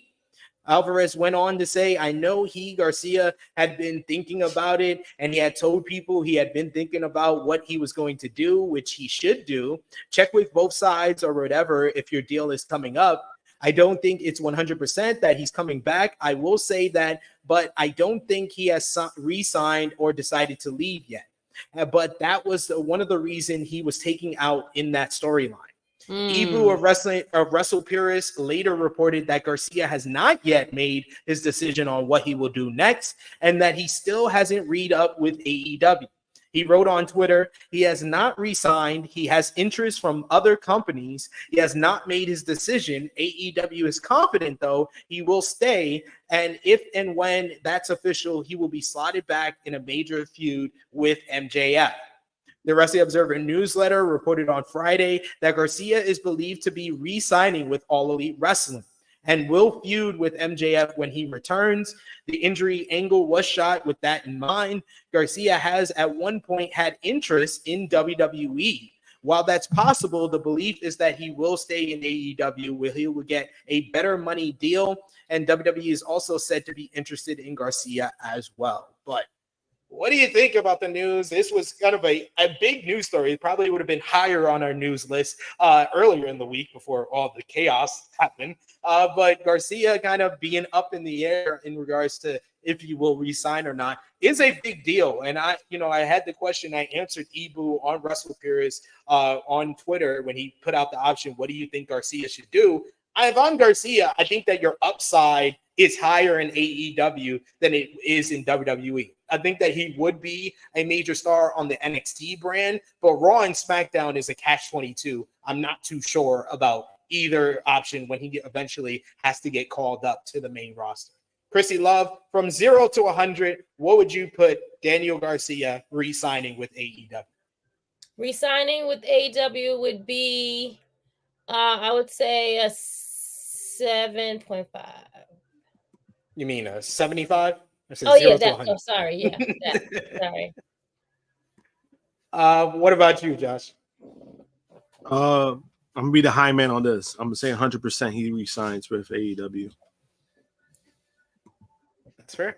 That's fair. I'm gonna be at. I'll get somewhere in the middle, but I'll be high. I'll be 90%. I'm 90% sure because I mean you already know what you're coming back into with AEW. You're coming back into a near upper card main event feud with MJF. Where with WWE, yeah, I think you'll get the petty push that Ethan Page is getting, and you'll probably be like North American champion within your first month of going to NXT. But I'm just, as the future goes, I'm not sure your size, your look, where you're at is ready for you to get the big push that you would probably get if you come back to AEW. Whereas AEW has a couple of slots that are going to be open. Like we know Bryan is finishing up his full-time career. We know a guy like Kenny Omega has been out with injury over the last couple of years. He's probably coming back for like one more run. There's Adam Copeland, who's probably coming back from injury for one more run. Chris Jericho doesn't have that much time left, no matter what he says in interviews. So there are so many slots that Garcia could potentially fill in the future, and you can tell AEW views him highly. Yeah, and then I think with Garcia, he's been putting in big matches too already in AEW. So in comparison, like if somebody's gonna compare like Page and Garcia's had a way better career in AEW than Page did. But because he's a good worker, he's a good wrestler. So that benefits him a lot because that's what AEW leans on. They lean on the good matches and the good wrestlers and the good workers. And that's what he is. And, and along the way, he did build up like a nice little character. He does the dancing stuff, which is entertaining as fuck. More than I thought it would be. And, so that kind of benefited him a lot because it made him likable. It makes him so likable. And then the way he was written off, people were pissed. Right? MJ turned heel, and it was because he fucked over Danny Garcia. So when it comes to that, those little things benefit him because I'm like, he already has the crowd behind him. They know how much of a good worker he is. He's been in good matches. So I do agree that the upside is higher in AEW than it would be in WWE. Because it's like you said, yeah, he'll go to NXT and they'll probably do things like, oh, they'll give him like a title match. Like, oh, yeah, you see, we're doing more for you than the other guys did. Here you go. Here's the title. But then after that, it's like, what else can you do in NXT? NXT is just a stepping stone in WWE itself. Because then if you go to main roster, he goes to the main roster, he's probably dead in the water. Like we've seen several people. Don't do that to Melo. He's doing stuff. He's doing stuff. Carmelo has had good matches, but obviously his run is not the same it was in NXT, but they're trying to do things with him wrestling wise that it has been kind of worked. Like he's been getting TV time working wise. Okay, fine. And that's what squashed. I get it. I get it. It's just, with Carmelo Hayes, obviously like the character development hasn't been there on the main roster than it was at NXT. It hasn't been the same, in my opinion, when it comes to that. But they've been using him in his best strength, which is his in-ring stuff. He's just not winning. That's the main thing. He's just not winning matches. But I do agree, like if he goes to the WWE, his highest ceiling in WWE will probably be NXT. And in AEW, they, like you said, you're familiar, you know what you're getting in AEW, and probably do more in AEW regardless. Like even if you get two of the mid-card titles, whatever the case may be, it's probably going to be more than what you would be doing in NXT regardless. Another contract that is about to be up is Rey Fenix. His AEW deal is set to come up this year, according to a new report. It was reported back in June that Penta El Zero Miedo, his brother, contract was set to be up sometime between August and September. And Fightful Select reports that Rey Fenix is up sometime by the end of the year as well. It has not been confirmed as to whether Penta and Phoenix's contracts are up at the same time or not. Sources have indicated that AEW wants to keep both and that there have been offers extended as well as contract talks, though there is no word as to how those talks have gone. Phoenix is like Penta, expected to have interest from WWE. The two have been with AEW since the promotion launched in February of 2019.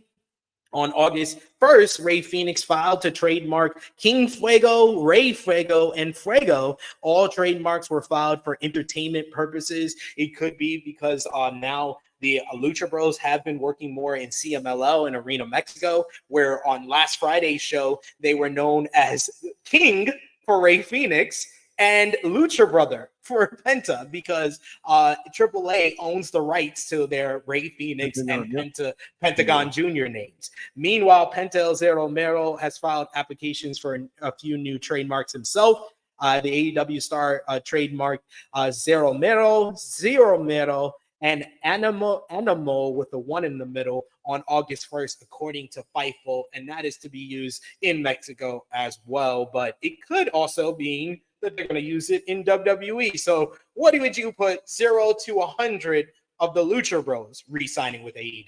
Josh? I think 90%. I'm going to be pretty high on this. I really don't see them going to WWE. Just so because if they go to WWE, that's all they're really going to be doing. And I do think they still want to be working shows in Mexico and stuff like that. So, I mean, and AEW is the best place to do that. So I think they end up staying. Especially with CMLL this week saying how happy they are with working with AEW. According to Dave Meltzer and Wrestling Observer Radio, they've been getting higher, attendance with using AEW talent. We'll talk about that at the last note that we have here. Krssi Love, 0 to 100 for the Lucha Bros re-signing. I'm thinking 100%. I'm like in agreement with Josh. I don't see them going to WWE at all, ever. To be honest, they can't do this type of wrestling styles that they want to do. They're not going to be dumbed down. They're going to go and they want to be able to go other places and do their thing. So I don't ever foresee them going over there. I mean, not right now.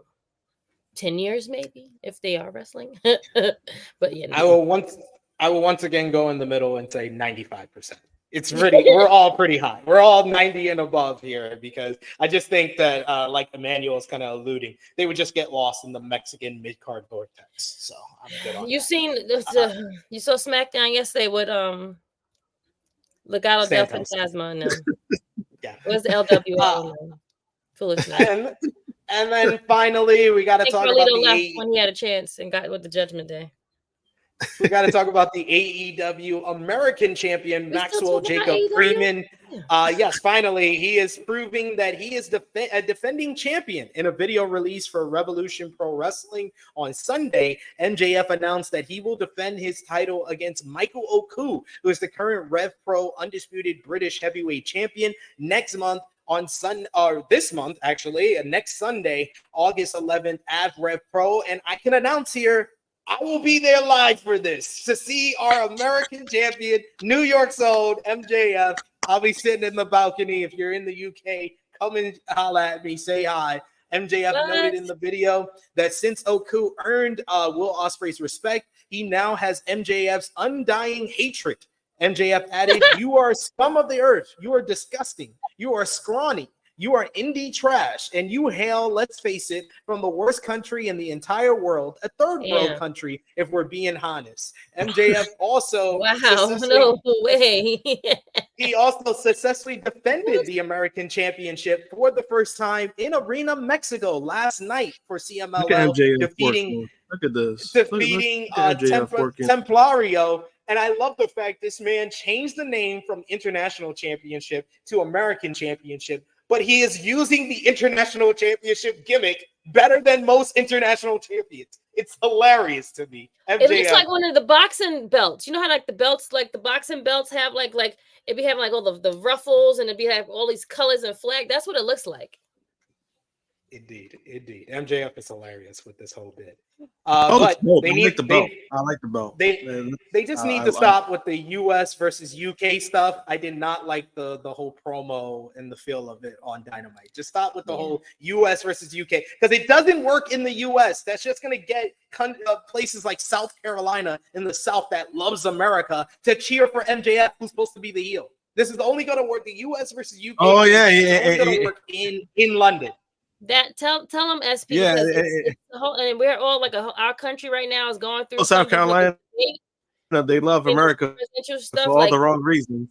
All the wrong reasons, exactly. Like don't stop, please. We have to stop. Like you said, all those southern countries that are super like political and very like America. Oh my God, they're going to go like start hating the wrong person.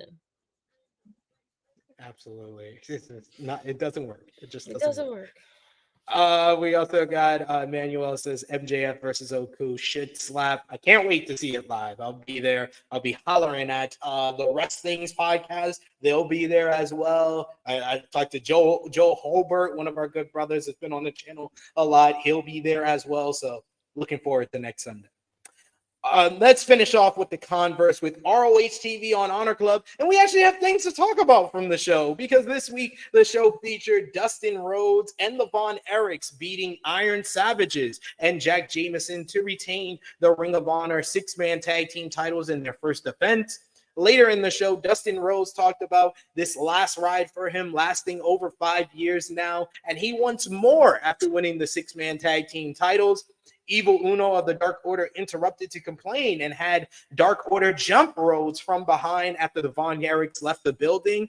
However, it was the returning Sammy Guevara who made the save for Rhodes and fought off the Dark Order to stand tall to close the show. Sammy Guevara is still a babyface. He didn't return and turned immediately, which is an upgrade in his career. At this these point. Man buns, they don't look good on y'all. Oh my God. Ugh.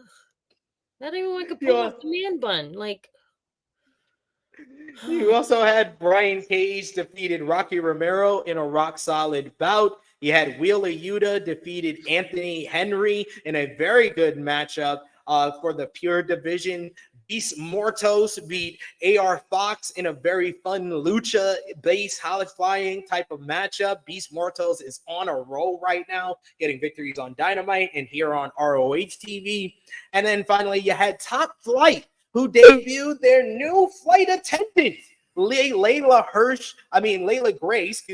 Gray, as they picked up a victory over Aces of Space Academy. So new gimmick for Top Flight there. A really good show for ROH TV. They're best in a couple of months now. But final notes from the converse for ROH News. As previously reported, Dalton Castle is out of action for the rest of the year due to an injury.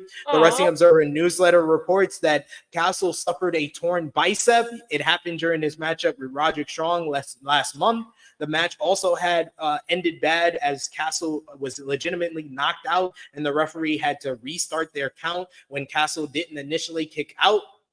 And also another injury report, Fightful Select reports that Layla Hirsch was believed to be injured during her Texas death match with Diamante at ROH Death Before Dishonor. There was concern from the audience for her condition as she did a death-defying moonsault off the top of a ladder through a table, but the table wasn't moved far enough, so she hit her arm on the ladder on the way down, and her arm was kind of like swelling up as the match ended.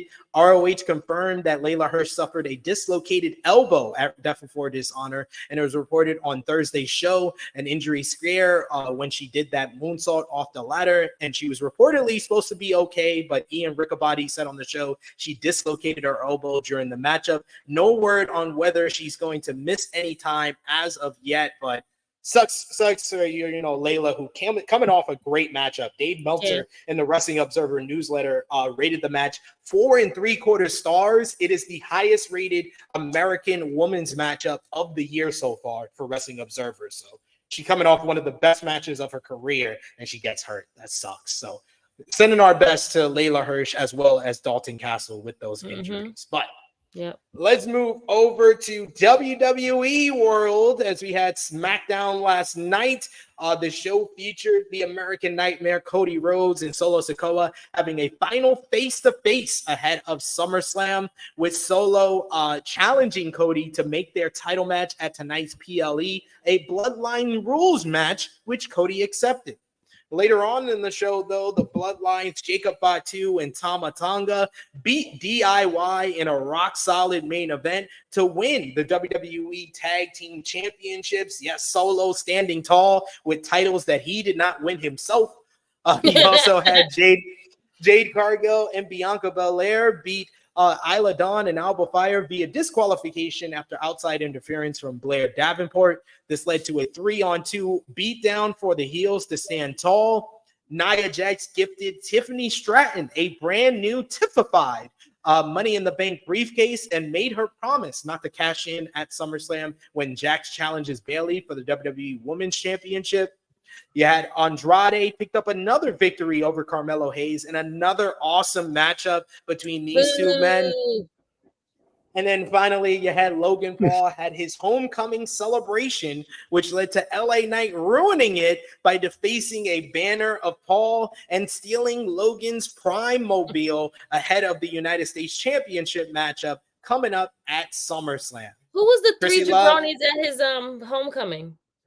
They were supposed to be Cleveland dignitaries, but Nick Aldis called out the fact that he Googled them and he didn't find their names anywhere. So, what did you think? I didn't hear. I was like, "Who are these?" I just came. My stuff was going in and out, and I just seen them in the ring with these three people. I'm like, "Who are these people?" Okay, good. What did you think about last night's go home show in Cleveland, Krssi? Terrible. Terrible. I'm sorry. It was a terrible go home show. You had a 2 hour show. So it did not sell you on SummerSlam. Say that again. It did not sell you on SummerSlam. I mean, I'm excited to see SummerSlam because it's SummerSlam, so it's just like whatever. But yeah, no, it didn't sell me on the fact that tomorrow is their SummerSlam show. No, you had your women's champ not be there. You had Nia give Tiffany a briefcase, but your women's champ was not there. You showed a video package that you're probably going to show about 4 times today. Yesterday for Bayley and Nia. The women's DQ match, just put it on tonight's show. They could have put it on a pre-show. I mean, like, no, not if it's going to be a DQ. That's a TV matchup. No. What I'm saying is they just could have had the whole match in itself on SummerSlam instead of on. Not if it's going to end in a DQ, though. They didn't. I don't. The titles off Isla and Alba. Okay, fine. The opening part was good. I like that he was talking lots of shit about Roman, saying he was weak. Someone had a sign said that they're the Toomey version of the Bloodline and the Tribal Chief, which was great. I had to explain what Toomey was to my co-host last night because she didn't know what it was. So that was fun. Shout out to her, Anissa. But yeah, we were very disappointed in what was supposed to be a go home show, and it fell very flat for me for four matches on a 2 hour show. It didn't deliver. LA Knight was great. I love the whole backstage thing. Him talking to Pretty Deadly and trying to find something that was cool. But yeah, that's it. Sorry. No, don't be sorry. Manuel says, bro, I forgot about Bayley. See? Yo, legitimately, when they played that video package, I was like, I almost forgot that's happening tonight. And that's so sad, though. Like, poor Bayley. Always getting the short end of the stick. But here it is. It's time for us to talk about fucking Logan Paul. Logan Paul found himself in hot water online after a now deleted post referring to a female Olympic roster as a man on social media. Paul, who is set to defend the WWE United States Championship against LA Knight at SummerSlam in Cleveland on Saturday, was among a number of people online who criticized Olympic boxer Iman Khalif's 46-second win over Angeline Carini as a man fighting a woman. Paul posted a picture of the two in the ring in a now deleted post that read, "This is the purest form of evil unfolding right before your eyes." A man was allowed to beat up a woman on a global stage, crushing her life's dream while fighting for her deceased father. This delusion must end. Khalif, who is from Algeria, was barred at the last second from the competing in the 2023 IBA Women's World Boxing Championships. The IBA, which has been banned from the Olympics in 2019 over there being backed by Russian state energy firm Kazatomprom. Among other allegations about the organization's integrity, said that both she and Ling Yang-ting did not meet eligibility requirements to compete in a women's event. Both were cleared by the IOC to compete at the Olympics, who defended Khalif and Lin's eligibility to compete, and said in a statement, I'll read it here. We have our friend, our producer. Thank you, our producer, for getting the statement here. The IOC is committed to protecting the human rights of all athletes participating in the Olympic Games. The organization said in a statement issued on social media, the IOC is saddened by the abuse that these two athletes are currently receiving. It's just, this dude's an idiot. The IOC has made it clear. This is just terrible. The IOC has made it clear that it needs national boxing federations to reach a consensus around a new international federation in order for boxing to be included on the sports program of the Olympic Games LA 28. Logan Paul then issued a follow-up tweet where he said, and I quote, "Oopsie. I might be guilty of spreading misinformation along with the entirety of this app. Instead of taking the blame, he wants to blame the whole app.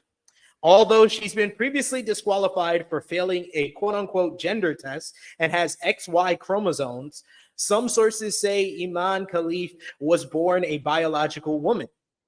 I stand by my sentiment that biological men should not compete against biological women in any sport, and if you disagree, you're a sick fuck." Oh my God. To set the record straight, the statement that a number of athletes had XY chromosomes came from an interview by the IBA Secretary General and not an official statement by the IBA.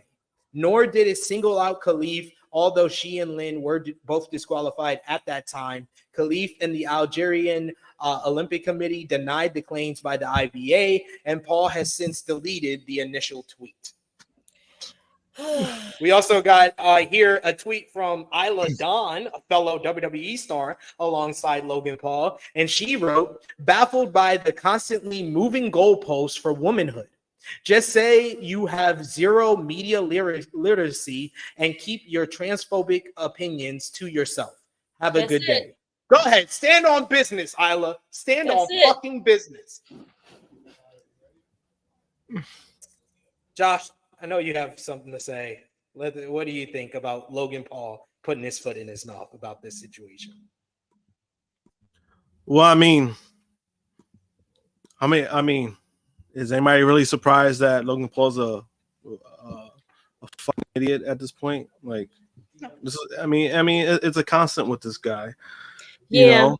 It's a constant, and I think the reason why I'm more frustrated than anything about it is because, again, I've been saying about Logan Paul for a long time, is that this dude comes off like he's some nice guy, and it's bro, you're a fucking piece of shit. Just accept it at this point that you're an asshole, and it's he tries to do other things to try to justify whatever he says or does, and it's bro, this is another case of Logan Paul, not only putting his foot in his mouth, but that he wants to avoid accountability for the shit that he did, because this whole thing was a mess to begin with, right? He wasn't the only one that said this. It was Pat McAfee who did it. There was other people who did it. And I think those guys shouldn't get a fucking pass for what they did.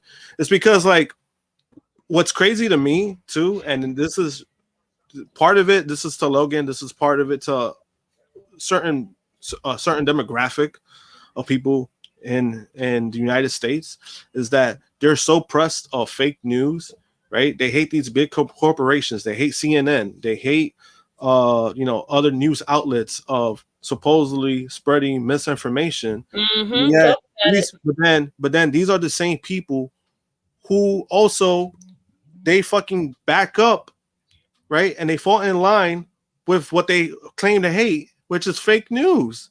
So none of this shit makes fucking sense. And I'm like, you're upset.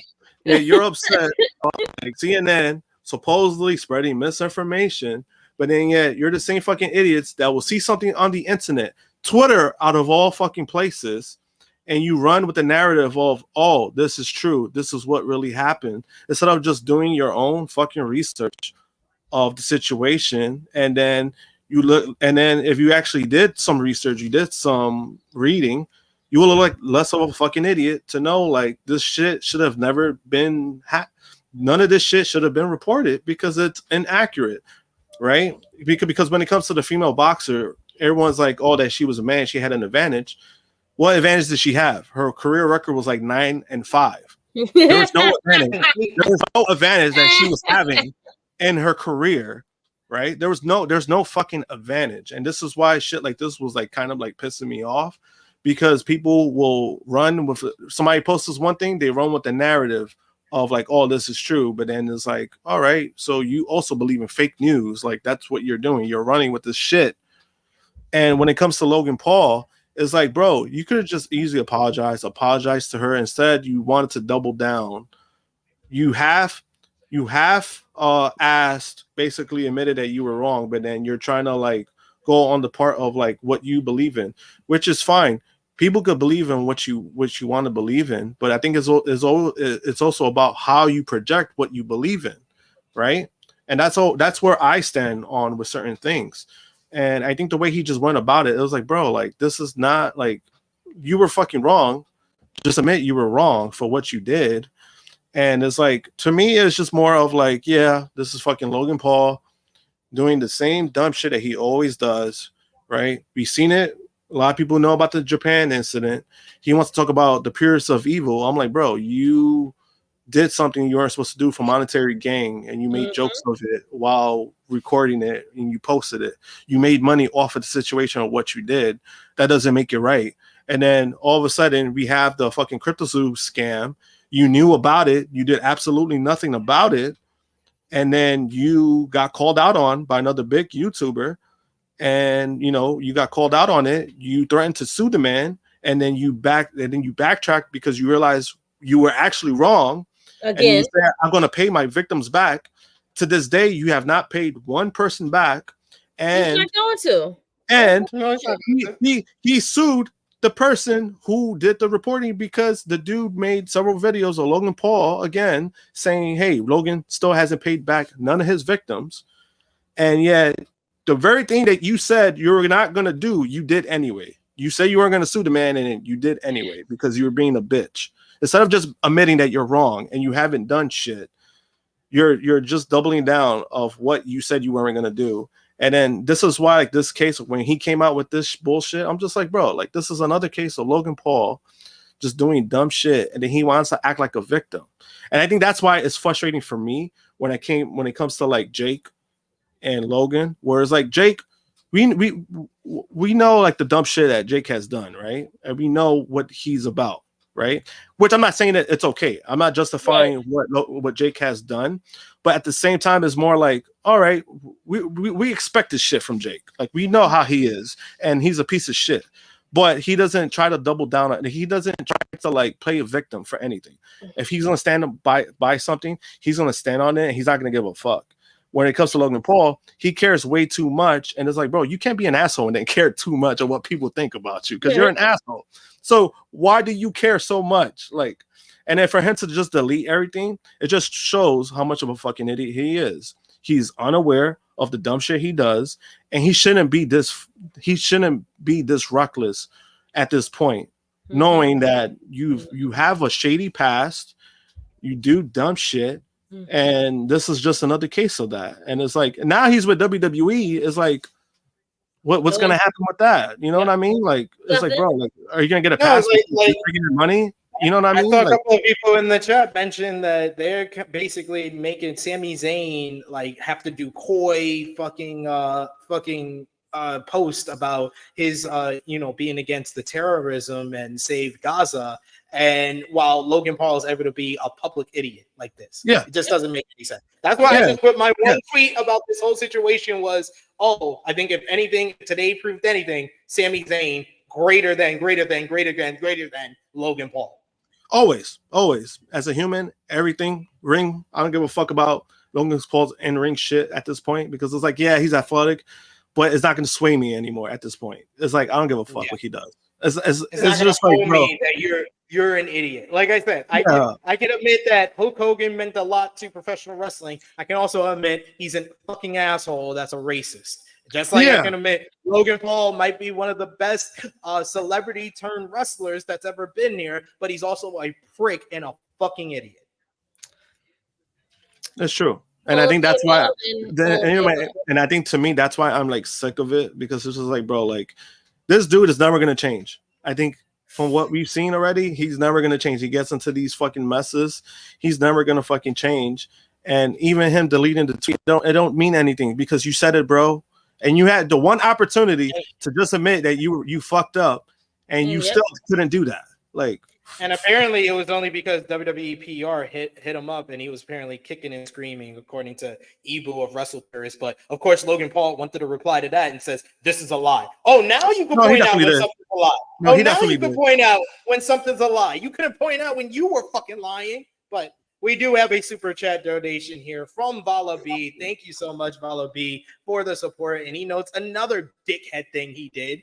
Logan then invited Rob Feinstein to SmackDown this past Friday. The known convicted pedophile, freaking trash person. He hopes those 3-letter agencies get him. Indeed. He was sitting right behind commentary. He was sitting right behind commentary. Logan Paul has proven once again. They put him behind commentary. Him and Drake. He got the he sat right behind commentary. He was front row. He sat right behind commentary, by the way. And people pointed it out. Like, even I think it was Sean Ross Sapp who pointed it out. Somebody made like a thing, and he liked the tweet. Like, he liked the tweet because it's like, this is fucked up. Like, what you're doing. And it's like, again, what's also just frustrating is like people like this are not being, like there's no consequences behind like the shit they're doing. But if somebody else did something, oh no, that's wrong. That's, you can't do that. But yet somebody like Logan Paul, like, oh, well, he's not here full time anyway. Like he's no better. Like, but it's like, that's bro, no excuse. Exactly. But that's what I'm getting at too. It's just like, bro, like what the fuck? Like you make shit like this okay, and it's like it's not okay. And at some point, he's going to have to fucking learn his fucking lesson, because he clearly, all these years that he's done shit, not only on YouTube, but now on television, he hasn't learned. He hasn't learned anything. And that's why it's frustrating to me. We got another super chat donation from our good brother, Chuck Berries. Thank you so much, Chuck. He says he falls in the same category as Kid Rock and Elon Musk. That's all that needs to be said. Yes. That's exactly the category he's in. He's in the same category as Dana White. He's in the same category as majority of the UFC fighters. Like, bro, it's annoying at this point. Everything. And the oopsie tweet just read like Donald Trump wrote it for him. It was like Donald Trump wrote it for him. Like, I'm gonna say oopsie, but I'm not gonna really apologize for what I said. I still stand. And then you're trying to fall back on what you believe in, but like, oh yeah, but this is what I believe in. It's like, bro, again, the whole thing wasn't about what you believe in. It was just you being fucking wrong, and you couldn't even do that. Like, you couldn't even admit that you were wrong, and you're trying to fall back on some shit that is like, bro, like, shut the fuck up at this point. It doesn't matter what you think at this point, because We know how you think. We know how you roll at this point. Doesn't matter at this. Like, if you're not gonna apologize, don't fucking say nothing. Pretty much indeed.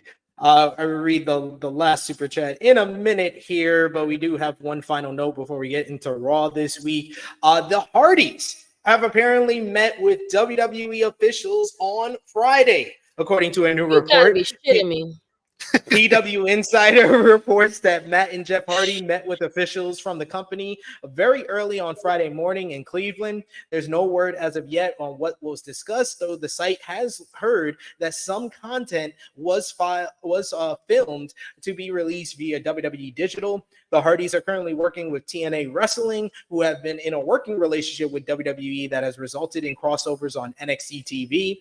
That said, the brothers are also working without a contract with TNA and are free agents technically, as Matt Hardy has previously said on his podcast.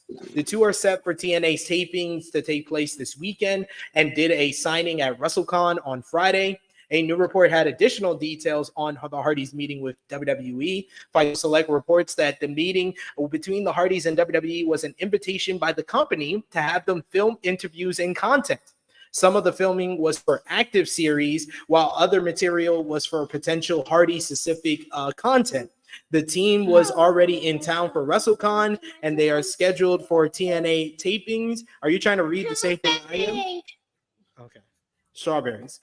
Sources in WWE said not to read too much into the matter, though some sources outside the company believe they'll likely make an appearance at some point. Krssi Love, we'll start with you. 0 to 100, the Hardys returning to WWE.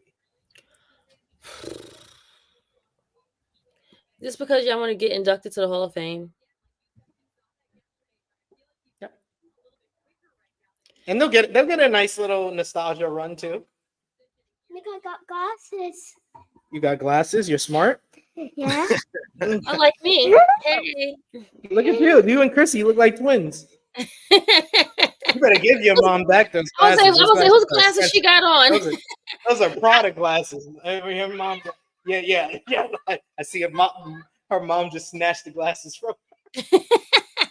I would give it 70%. I might be the high van here. I'm gonna say 95. Damn.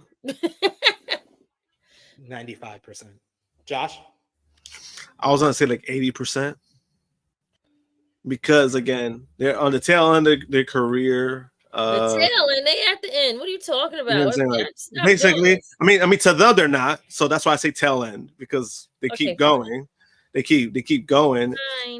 It's just a matter of they get to WWE. What the fuck are they gonna do in WWE? It's like, okay. I would hope NXT help out the young talent, stuff like that, but I'm not too sure about Raw and SmackDown, but same thing because like when Matt Hardy has spoken about it, I'm just like, the whole thing aspect was that he wanted more creativity, he wanted more say, whatever the case may be. Paul is gonna give that to them, and well, the main roster he won't. NXT he would, and HBK will give them a lot of leeway. Main roster, absolutely not, just because of the TV, like just shit like that will get in the way too much. So that's why it's like, I mean, and then you induct them to the Hall of Fame. Cool. I mean, that's what they've been wanting to. That's a personal thing for them. So I mean, that's okay to an extent. Like if that's what they want, by all means. I'm not gonna disagree. The only ones that hasn't been inducted out of Edge and Christian and Dudley, so they're the next ones to go. We're not Christian. Yeah. Christian not inducted. Well, Christian's not in the Hall of Fame. I thought they were inducted as like Edge. No, Edge was solo. Edge on his own right after he retired. Oh. Yeah, Edge was solo. So Christian, Christian wasn't inducted, and I deeply don't think Christian cares about that. Yeah, I'm about to say from his comments, I don't think he cares about that. I think he's waiting until he actually retires for that. Yeah, and I think he probably waiting to Shane McMahon come into AEW so he could speak about his dad. Anyway, when it comes to the Hardys, I think they end up going to WWE. They end up going back. I agree. But we got WWE Raw this week. The show did 1.412 million viewers over on Sci-Fi, so did a good number despite switching channels from USA Network to Sci-Fi against the Olympics. The show featured Seth Rollins giving his referee instructions to both CM Punk and Drew McIntyre ahead of their SummerSlam matchup. You also had Gunther beat Finn Balor in a solid main event. Post-match, Gunther continued to choke out Finn until Damian Priest came out to make the save and beat down the Ring General ahead of SummerSlam. Sami Zayn beat Dominic Mysterio via disqualification after interference from the Judgment Day. This led to Braun Breaker coming out after Jey Uso made the save for Sami against Judgment Day, but Sami was able to get the better of Braun and stood tall with the Intercontinental Championship. Liv Morgan destroyed the Judgment Day's clubhouse and burned merchandise and pictures of the stable to send a message to Rhea Ripley, who responded by saying she will be the one that gets revenge at SummerSlam. You also had Sonya Deville, Shayna Baszler, and Zoe Stark beat Lyra Valkyria, Katana Chance, and Kaden Carter in trios action, but Damage Control made their return and beat down the heels before Dakota Kai challenged Deville for next week's show. And finally, the Creed brothers defeated Otis and Akira Tozawa. Post-match, Chad Gable and the Creeds beat down Alpha Academy until the Wyatt Six came out to make the save, unmasking for the first time, and then beat down Julius Creed and Brutus Creed to set up a trios matchup next week. You have something to say? Wait. Hi. Just hi. Hi. Hi. Everyone says hi. You want to say send a super chat? Send a super chat. You okay? Was that Dexter Lomas with hair, like long locks? Yeah, he got dressed now. Yeah, this just look ugly. You said it looked like white cheddar cheese doodles. That's what it looked like. Wow, damn, Josh. Wow. Okay. I'm just saying. It looks ridiculous. Okay, well, I mean, it's not for everyone. I mean, it's not, but it's like, bro, we know this ain't your hair. As he used to be, but he has to do the look. He has to gimmick. So, hey, let's see what happens after the bell rings, like Malaby says, and then the bell rings. That's what it all comes down to next week when they have their first matchup. What's going to happen when the bell rings? They got to have a really strong matchup. They got good opponents in Chad Gable and the Creed, so we shall see. We shall see. We do have a super chat donation here from Aubrey James, who says Solo eats corn the long way. Damn, just going in on Sikoa. We're gonna give our predictions for SummerSlam shortly here. And then finally, we have another super chat donation. No, I didn't even know that was a super chat. I didn't even know that was. I'm like, what the fuck? When did that come about? When the hell was that? We also got Chuck Berries who says the Hardys are going to wrestle well into the mid to late 60s like the Rock and Roll Express, SMH. Thank you, Chuck Berries. Thank you, Aubrey James, for those great super chat donations. I think the Hardys are going to wrestle till they're 60, but it all depends on how many times Jeff's going to fuck up before then. Yeah, and that's what I was going to say. I was like, Rock and Roll Express, they don't get in trouble, and that's why they keep going. I'm like, Jeff, on the other hand, not so much. That's the problem. You got to make sure Jeff stay out of damn trouble. And I'm sure Matt is like, yo, we got these couple of runs. I just need you to make sure that you I know like WWE has like those connections, but at the same time, the whole like traveling thing, Jeff Hardy is a thing. Like that's a real thing. Like that's been the issue with TNA that he's been taking off because TNA is doing shit in Canada. So that's why he hasn't been on their like TV when it comes to Canada stuff. So they also got to keep that in mind. Like they have the connections, right? People who have been traveling, but at the same time, I'm like, we don't know who's like more serious than the other or whatever the case may be. So that's a thing. Like, so they got to keep that, like, especially if they're doing PLEs overseas. They're doing a lot of shit overseas. So that's another thing they got to keep in mind. Indeed. News note coming out of Raw, speaking of Raw, with Gunther getting the win in the main event.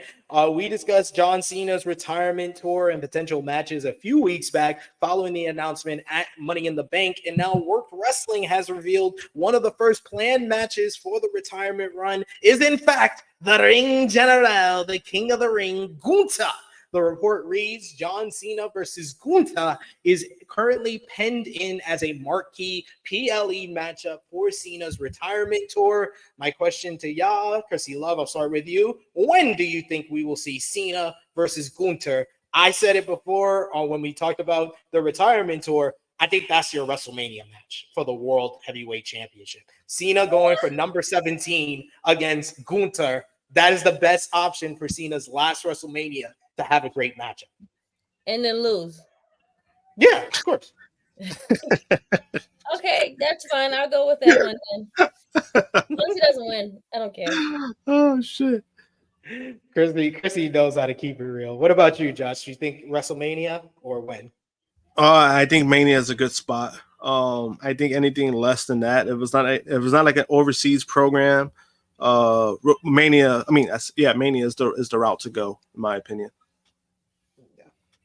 Yeah, Annika is like, why are we going hard on Solo? I don't know, but we got another super chat donation here that's going in on Solo again. Kate says Solo the type of guy to snort pre-workout. What? Oh my God! What, Chase? What is happening? Because fuck Solo. That's why. If people want to see the Tribal Chief back. Thank you, Chase, for the super chat donation. We appreciate you, and we know Chase is a loyal to the real Tribal Chief. And for the Bloodline rules match, I know some people are like, why is this at the same? I mean, honestly, if this is gonna be the main event, especially Solo Sikoa being in the main event, you probably kind of have to go this route because you probably need some fuckery to make up for a match that's probably gonna be decent at best. So I'm okay with the Bloodlines rule stuff because we're gonna get some fuckery, and I'm all for the fuckery. CM Punk was in the news this week. He was recently asked for his thoughts on AEW showing the backstage altercation footage from last year's All In that happened on the April 10th episode of Dynamite. When asked about the situation on SI Media podcast, Punk said, it's kind of like I have to wrestle Drew McIntyre, right? It's this garbage person that I don't want in my life. This is the fight game. This is the shit talk business. It's just like fighting in the UFC. You see these guys ripping at each other in ugly press conferences and getting personal. I don't necessarily enjoy that energy, but the payoff is I get to go in the ring and get to blacken eyes and chip teeth and make Drew sob and do whatever else in my head that I hope to do to him. As far as the tape, he said it felt really ugly. But then I was like, showing that footage isn't going to help them or hurt me. So whatever. Being a top draw in two different companies is pretty wild. Thanks, guys. That was a good response. I gotta say. I don't always like Punk talking about AEW, but that was the perfect response because no, it did not help them. And there is kind of cases and arguments that showing the footage on AEW hurt them because their audience has gone down since that episode. And it did draw some people away from AEW, and it did not hurt Punk at all. In a lot of Punk's fans' minds, it proved him right in everything that he said about the whole situation. So I kind of agree with this response by Punk. Yeah, he didn't go over the top. So, I mean, that's how the best way he could do it. At least he kept it like that because some of the shots he's been trying to take on Raw have been flat. So, good job, Phil. And then you have good news from Michael Cole. The Ringer reports that Michael Cole signed a new contract with WWE earlier this year and will be staying with the company for the foreseeable future. Cole signed the new deal back in the spring. The terms of the deal, including the length, were not revealed. Cole has worked for WWE since 1997. And is currently the lead announcer on Monday Night Raw. So congratulations to Michael Cole, who's had a real career renaissance under Triple H. Like, people have been appreciating Michael Cole more than his entire career. So I'm happy for the guy. Same, deserving. And let's move on and finish up with WWE with WWE NXT Great American Bash Night 1. The show was unfortunately down in the ratings being on Sci-Fi. They were hit by the Olympics more than Raw. 468,000 viewers this week. But the show featured Joe Hendry with his In Concert where he referenced my co-host over on Sportskeeda Wrestle Binge, Dutch Mantel. That was great stuff. Thank you. And now Dutch Mantel is a fan of Joe Hendry. That was great. Because he said his name. That's why. Absolutely.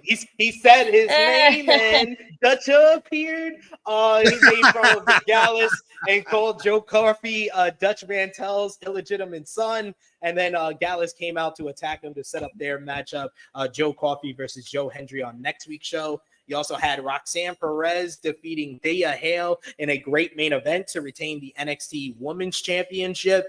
Fallon Henley, JC Jane, Jasmine Nix beat Carmen Petrovich, Sol Ruka, and Lola Vice in a fun trios matchup. Tony D'Angelo defeated Tavion Heights to retain the NXT Heritage Cup.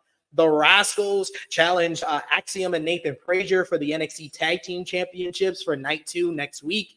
While Isla Dawn and Alba Fire defeated Metaphors, Lash Legend, and Jakara Jackson to retain the WWE Women's Tag Team Championships. And post-match, NXT champion Ethan Page came out to trash talk Metaphors Aura Mensa, who dodged a title belt shot and pinned All Ego for the third straight week, with Jackson and Legend counting the 1, 2, 3 ahead of their contract signing later in the night for next week's NXT Championship matchup. So, good show from the Great American Bash. And final news notes from WWE pertain to NXT. As noted, Julia was set to make an announcement on this week's Marigold show, where she did, in fact, announce on Wrestle Universe her final match for Marigold will be on August 19th. Yes, and on August 19th in Kurgan Hall will be her last one in Japan. She said in her announcement, the match on August 19th at Kurgan Hall will be my last in Japan. I'm going to challenge the world of professional wrestling. As previously reported, she's expected to start on the NXT roster after finishing up her commitments in Marigold. And she has big plans for her WWE debut. Talking to Tokyo Sports, she shared her thoughts on her decision to go to WWE. I made this decision after worrying about it for a long time. So now I have an unshakable determination. In order to attract those people, I am now in a place where I need to actually work on more specific issues and make improvements. However, I am still too small to make my opinions known. So I will absorb many things over there, and I will definitely make the world a better place. I will make Japanese women's wrestling, which I love, bigger. No word as of yet on when she will make her official WWE debut, but exciting times, as it seems that Julia will be arriving in NXT very soon.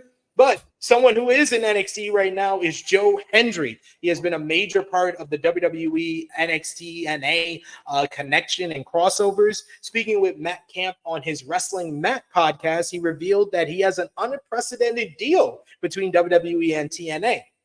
He said, and I quote, I'm in a situation where we're having historical collaboration between TNA Wrestling and WWE. We're in a situation where TNA Wrestling have worked it out with WWE, where I can appear on TNA Wrestling as a contracted talent. I can appear on NXT, and I can train at the Performance Center full time and do indies and do signings. This is unprecedented. It's never been done before in the business. So thank you to TNA and WWE for figuring it out. On working to improve himself through the collaboration, Joe Hendry said, I have no ego when it comes to getting better. That's why I'm training at the Performance Center. I'm never just going to rest the skills that I got. I'm always trying to build to something more. I'm very grateful to TNA Wrestling for giving me the opportunity to do that. I think I'm collaborating really well with management, and I think we're putting ourselves in a position to do historic business for TNA. I mean, if TNA don't crown this guy by the end of the year, what the fuck are we doing? What do you think, Krssi Love? I think he needs some type of title, because y'all putting a lot of shine on him for whatever for the reason. So yes, I agree. Like, but you know how these companies are. You know, someone could be really, really hot and they don't give a damn. They have other plans that they want to deal with. So LA Knight, you know. Well, we'll see. We'll see tonight. LA Knight might win his first gold. So you never know. You never know. Chrissy's like, I'm not buying it. But you also, final news note, WWE made a new signing this week, and it's a very familiar last name, Mark Henry's son, Jacob Henry, has announced that he is signed with WWE. Jacob Henry announced that during his dad's set at the Remix Rumble in Cleveland that he signed with the company. No word on the terms behind the deal. Jacob says in the video that the news is going to be coming out in a couple of days, but wanted the people to present to know first that he's a future superstar and that has been put on paper. I have officially signed a deal with WWE. The elder Henry, Mark Henry, said, and I quote, "I don't think he wants to follow me. He wants to be more like MJF. He wants to be more Miz. He wants to be more like The Rock." Henry had also noted that he wanted Jacob to finish his collegiate career first. So congratulations to Jacob Henry. Do we have a world's strongest son coming in, Josh? What do you think? I mean, it's cool for him. It's just I don't know much about the kid. I don't know much about what he's done. The only thing I know is that he's Mark Henry's son. There's no knock to him. That's just me being honest about it. But we'll see. We'll see what happens. Obviously he has his dad who has the experience. That's definitely gonna help him. That's only gonna benefit him. As long as he doesn't end up like Gable Stevenson. Everything will be all right. That's a very low bar that he has to pass here. But then we're moving over to Japan. New Japan Pro Wrestling G1 Climax Week 3 this past week. You had day 7 first, which was one of the best nights of the G1 so far. Tetsuya Naito defeating Sonata in a good main event in a rematch from Wrestle Kingdom. You also had Evil beating Callum Newman to go 5-0 so far in the G1. The Great Khan picked up his first win in the tournament over Jake Lee, while Shota Umino beat Zack Sabre Jr. in a brilliant matchup where I was right. All those UK people that jumped me for saying Shota Umino was going to win the G1 and Zack Sabre Jr. going to win. My pick beat your pick. Shut the fuck up. Gabe Kidd, though, he stole the show. He stole the show once again, defeating Shingo Takagi in an absolutely amazing encounter. This is one that I'd say all of y'all have to go out of your way to see. This was one of the best matches of the tournament so far. Gabe Kidd really getting the love from that Japanese crowd and becoming a star before our eyes in the G1. Day 8 had the B block, where you had David Finlay defeating Konosuke Takeshita in a great main event contest. You also had Ren Narita. He picked up a victory over Hiroki Goto. Jeff Cobb, the NJPW World Television Champion, defeated El Phantasmo in a good bout. Yota Tsuji beat Bolton Oleg in a solid matchup, while Hanare defeated Yuya Uemura in a very good bout as well. And then finally, day 9 was this morning. That features Shingo Takagi defeating Zack Sabre Jr. in a tremendous main event matchup. Go out of your way to see that one as well. You also had Sonata. He picked up a win over Shota Umino in a good bout this morning. You also had Tetsuya Naito beat Gabe Kidd in another very good matchup from Gabe Kidd as the IWGP World Heavyweight Champion tries to pick up some steam in the tournament. Jake Lee defeated Callum Newman, and the Great Khan gave us a breath of fresh air. Evil has finally lost in the G1. Evil picks up his first loss in the G1 so far against Great Khan. And then our final news note from New Japan Pro Wrestling, you had Mercedes Moné will be in action at Capital Collision coming up the end of this month. On Wednesday, it was announced by New Japan Pro Wrestling. Moné will defend the NJPW Strong Women's Championship on August 30th in Washington, D.C. No word yet on who she will face on that show, but good to see Mercedes being announced for New Japan, making some coverage. But man, the G1's going well so far. I've been liking it, and I'm loving Gabe Kidd. Gabe Kidd is basically New Japan's Stone Cold Steve Austin. He's not supposed to be cheered. Yeah. He's not supposed to be cheered like he is. He's becoming like the anti-hero. Yeah. And like when he bowed to Shingo and it looked like he was going to show Shingo respect, like that crowd roared in Japan. And then he just low-blowed him because he's a madman, you know? Yeah, and then also, but it seems like they make the smart move this year, going away from the older guys like Tanahashi and Ishii. It seems like it's really benefited them. So it's been good to see that, and then having other guys getting opportunities like a Gabe Kidd and like this dude from AEW, Krssi, right? Takeshi's been killing it. And I'm like, these are like big opportunities for some of these guys. And hopefully when he comes back, hopefully this fucking does something for him in AEW. Because man, Tony Khan, pay the fuck attention. Jesus. He deserves it. All He right. fucking deserves it. 100% agree. TNA Impact, the show featured this week a wedding. I had tears in my eyes as we saw PCO and Steph DeLander get married, but that was crashed, unfortunately, by Matt Cardona, the returning star who struck PCO in the head with a brick in an attempt to get SDL back as his partner, but she was not happy with him breaking up the wedding. You also had the Rascals. They picked up another victory in their reunion tour over Kushida, Trent Seven, and Speedball Mike Bailey in a fun trios matchup. It was also announced that Speedball Mike Bailey will defend the X Division Championship in an Ultimate X match coming up at the end of the month at Emergence. You also had Santana, Mike Santana, defeated Champagne Singh and made a challenge out to Moose and the System. Meanwhile, Nick Nemeth defeated Mustafa Ali in a really good matchup to retain the TNA World Championship, but it seems that this matchup is the last for Mustafa Ali in TNA, as it was announced following the show that Mustafa Ali is stepping down from the X Division and seemingly stepping down from TNA. Mustafa Ali sent out a statement on his Twitter account announcing that he will not seek a return to the top of the X Division. He said, "My fellow citizens of TNA, over the past 6 months, we have made great progress as a company. Today, TNA has the strongest fan base in the world. We've made historic investments in rebuilding our X Division, in lowering the number of senior citizens on our roster, and expanding affordable tickets into a record number of fans worldwide.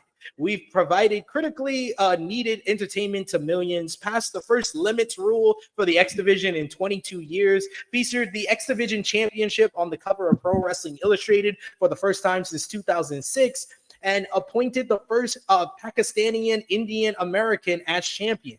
Main eventing, record-breaking attendance shows. TNA has never been better positioned. I know none of this could have been done without you, the citizens of TNA. Together, we overcame unfit and unfailed leaders. We protected and preserved our X Division, and we've revitalized and strengthened our alliances with promotions all around the world.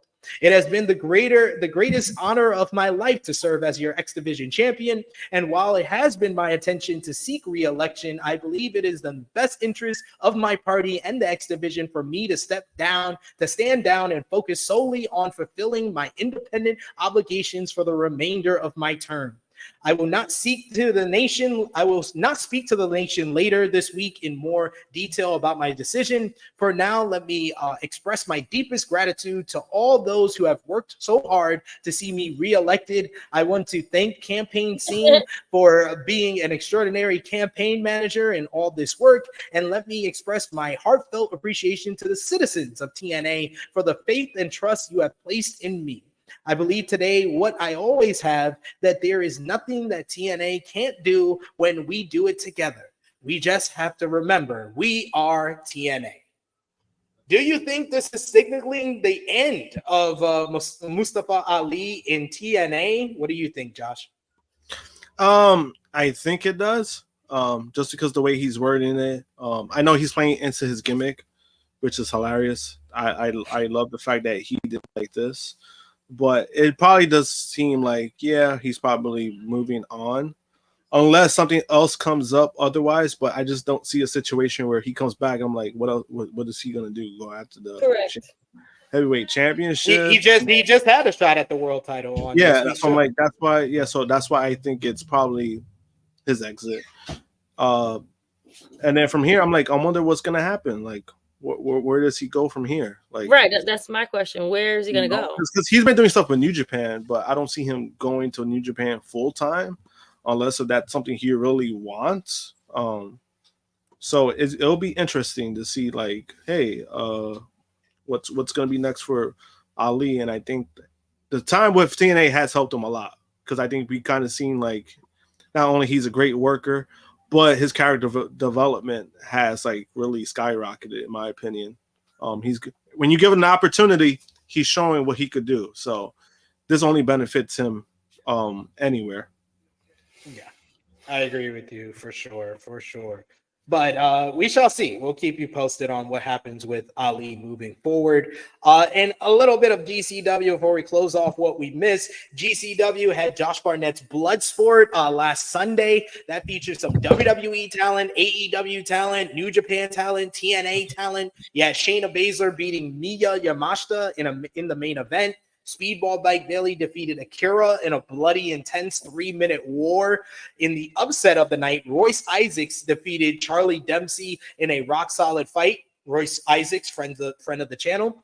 Julius Creed beat Matt Makowski, while Brutus Creed defeated Filthy Tom Lawler. Masha Slamovich defeated Jody Threat in a battle of TNA talent. And Josh Barnett beat Bad Dude Tito. Post-fight, MVP showed up in a surprise appearance to confirm he was leaving WWE and challenging Barnett for the next Bloodsport event. Meanwhile, you had GCW Now and Forever last night. The show featured the Maharaja Raj Desi making his GCW in-ring debut against Effie that went to a no contest after the hooded figures were revealed as none other than the Bollywood Boys to reunite with Desi, the former Jinder Mahal. Matt Hardy versus Nick Gage in the main event also went to a no contest after Matt Cardona and Broski Jimmy intervened to set up Hardy and Gage versus the Deathmatch Royalty at GCW Homecoming later this month. So some good stuff from GCW that we had to note on this week's show, but we've come to the end of our final two segments here. Miss Krssi Love, do you have time for match of the week and our quick fire predictions? Yes, I'll if you do it fast, sure. Of course. Okay, let's try my best here. Matches of the week. There was a lot of wrestling this week, so I don't have that many. So I only don't have that many, but it was a lot of matches. I have five. I have five to give. Number 5 for me this week for match of the week. I'll go with Roxanne Perez versus Thea Hale from Great American Bash. That was a really good women's matchup. Both of those girls are so talented. Number 4 for me this week, I'm gonna go with Ospreay versus Archer from Dynamite. Mm-hmm. Number 3 for me this week, I will go with this morning, Zack Sabre Jr. versus Shingo Takagi from the G1 Climax. Number 2 for me this week, Hangman Adam Page versus Darby Allin from Dynamite. And number 1, like I said before, Gabe Kidd is the man. Gabe Kidd versus Shingo Takagi from the G1 Climax, day 7. Krssi, matches of the week. Okay, so I didn't see much of wrestling, but I'm gonna try my best. I can give you a good 3 though, for sure. But yeah, I saw Thea Hale and Roxanne. I thought they were great for the women this week. Shout out to them for killing it over there. Number 2 would be I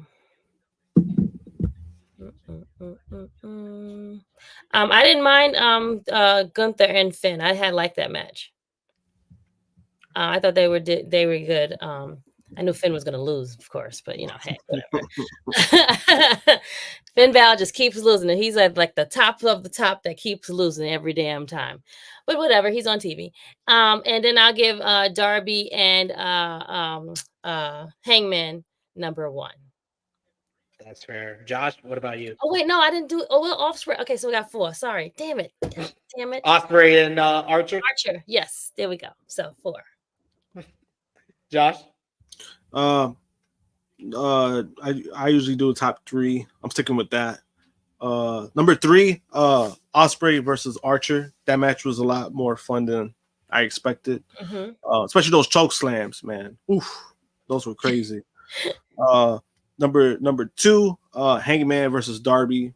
Mm-hmm. Great main event.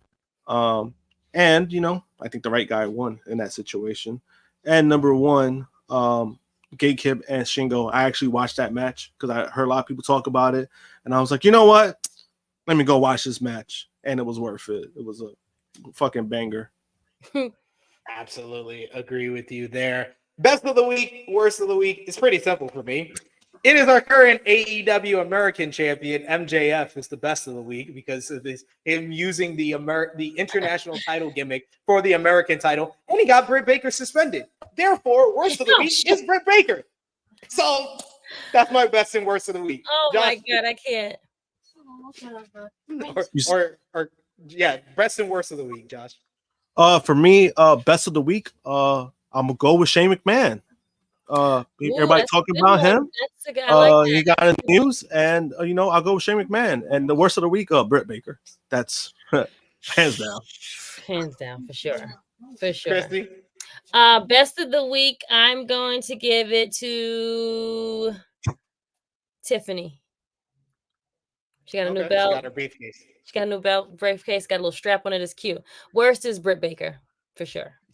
I think we're all going to be unanimous there, including our good friend Seth in the chat, who says, yeah, Dion, that's a good shout. Logan Paul is definitely. Yeah, I might have to change that. Oh yeah, Logan sorry. Paul. Yeah, sorry. I'm not gonna double down on Britt. Yeah, I'm Dion. You made switch it. Logan Paul. Logan Paul's worst of the week. You're right. Yes, Logan Paul. Yes. 100%. Logan Paul. Plus he's gonna. That was a good call on Dion. That was a good call on Dion. I'm gonna go with Logan Paul.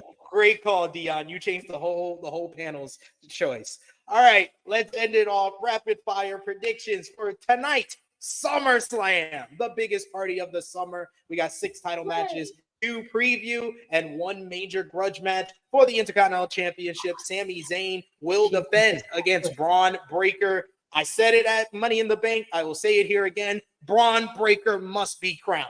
Braun Breaker for the win. Krssi? I hate to say it, but he gonna win. Braun. Josh? I'm gonna go with Breaker, and this leads to Sami going back with the Bloodline storyline. Yeah, the honorary Agreed. That's true. We can't have him. Yeah, that's true. For the United States Championship, LA Knight will challenge Logan Paul. Fuck Logan Paul. LA Knight wins. Josh? Same thing. Fuck Logan Paul. That's all. I'm not even saying his name. I'm just gonna say Knight for the win. Absolutely. For the WWE Women's Championship, Bayley will defend against the Queen of the Ring, Nia Jax. Who you got, Krssi? I'm gonna go Bayley. Josh? I got. I'm gonna go Bayley. I've been predicting that Tiffy would cash in here, but she just got her new briefcase, so she needs to walk around it with a little bit longer. Right. But we need a new story with the Money in the Bank briefcase. So I think the story is the Money in the Bank contract holder is associated with the champion, Nia Jax, for the win. Oh, that makes sense. If I'm wrong. I like that. For the WWE Women's World Championship is finally here. Rhea Ripley challenges Liv Morgan. I'm going with Liv Morgan for the win, and Dirty Dom becomes Daddy Dom. Yep, I'm with you, SP. 100%. Dom is going to betray mommy and the Judgment Day and be Liv's new boy toy. Josh? Same. I think Liv retains, Dom turns on her, and maybe the rest of the Judgment Day turns on Rhea too, because of the way they've been going. Could see that. This one is one of the ones that everybody's looking forward to tonight. CM Punk goes one-on-one with Drew McIntyre with Seth Rollins as a special guest referee. Josh, who you got? This one's a good one because I'm like, I really don't know. I'm gonna go with Musty Phil. Krssi. I want Drew to win. That's fair. I'm going with Drew for the win because Seth tries to stop Drew from using a weapon, and he swings at Drew. Drew ducks, and he hits CM Punk. It's a callback because we're 20. Today is the 27th year anniversary of SummerSlam 1997. We need that. Yeah. We need the callback. All right. That's a good one. We got to juice up the Seth and Drew love. So see a lot of people going for Drew in this one as well. And then we got the big title matches for the World Heavyweight Championship. Damian Priest defends against the King of the Ring General, Gunther. Crown Gunther. Gunther, the new champion. Krssi? Gunther has to win. This is his moment. We've lost the prestigious title that he made relevant. He has to be the new champion. Too bad he doesn't have his other guys with him to make it even better, but because they broke that group up. I got Gunther winning. Because his build-up has been kind of like meh. So hopefully I've loved the build-up. I've been okay with it. Yeah, I really liked it. I mean, I've been okay with it. It's nothing over overdone, but it's also like the brawling needed to happen for the feud. So, but I'm going with Gunther. I think they're pushing the emphasis of him being a heel and shutting on Cleveland, rightfully so, because I think Cleveland's a dump. So I think Gunther won. And then finally, it's Bloodline rules. Cody Rhodes defends the undisputed WWE Championship against Solo Sikoa. So who wins, and does Roman Reigns return tonight? Krssi Love. Cody is definitely winning. The Bloodline will not win. I'm sorry. I want to see our tribal chief come back. I don't know how Paul is going to make it happen, but yeah. Josh? Yeah, Cody retains, and I think we get Roman back. It'll be the same exact way he came back to SummerSlam and started his reign of terror, the tribal chief reign. You think it's the same not way? Reign of terror. It was the Roman Empire reign. Yeah. I agree with that. I'm just calling that reign of terror because he just beat everybody. I've got Cody Rhodes retains, and yes, it's due to, because it's Bloodline rules, the Bloodline can get involved. Cody has no help from Kevin Owens and Randy Orton, but he does get help by his former enemy, Roman Reigns. He takes out everybody with Superman punches. Cody hits 3 crossroads and retains the title. So that is our predictions, our final predictions for SummerSlam tonight. Stay tuned to the Tru Heel Heat YouTube channel. Hit the subscribe button. Hit the bell to stay notified. Romeo and the gang will be here live, 7 p.m. Eastern time for the start. He may start a little bit earlier for Collision as well. If anybody wants to join him, hit up Romeo at Romeo Damas on Twitter. Krssi Love, thank you as always for joining us this week. Let everybody know where they can follow you. Hey friends, thank you for joining us. Join us back here every Saturday, 11:05 a.m. unless we change it for Sunday review. But join us here for our flagship show of Tru Heel Heat. Join me on bodyslam.net for Know Your Role, where we do the post show for SmackDown. Myself and Stephanie Hypes. Stephanie is in Cleveland, so she's enjoying out there. Other than that, I think Servant Face and Hill should be back in about a week or two. We'll do our quota for that show. And then join SP and I as we do reviews for on our other channel, our sports and entertainment channel. We did our takes on the Power mid-season debacle that they had, but hey, that's what they did. But other than that, you follow me, Krssi Love _1 on Instagram, Tru Heel Krssi Love on Twitter, and then this is my plain old name on Facebook. Thanks. And we have Harlem coming back one more time. Yeah, we got Harlem, who's like, I want to say bye too. Say bye to everybody. Bye, everybody. Where can they follow you? And we got Disney stuff. They can follow you at Disney Stuff on Twitter. And we got a Stitch bed cover. We She said she has a Daisy Stitch? bed cover. She got a Stitch bed cover. She said. Oh, I got a Stitch on my shirt. Look, show her. She look. She got Stitch on her shirt. Look.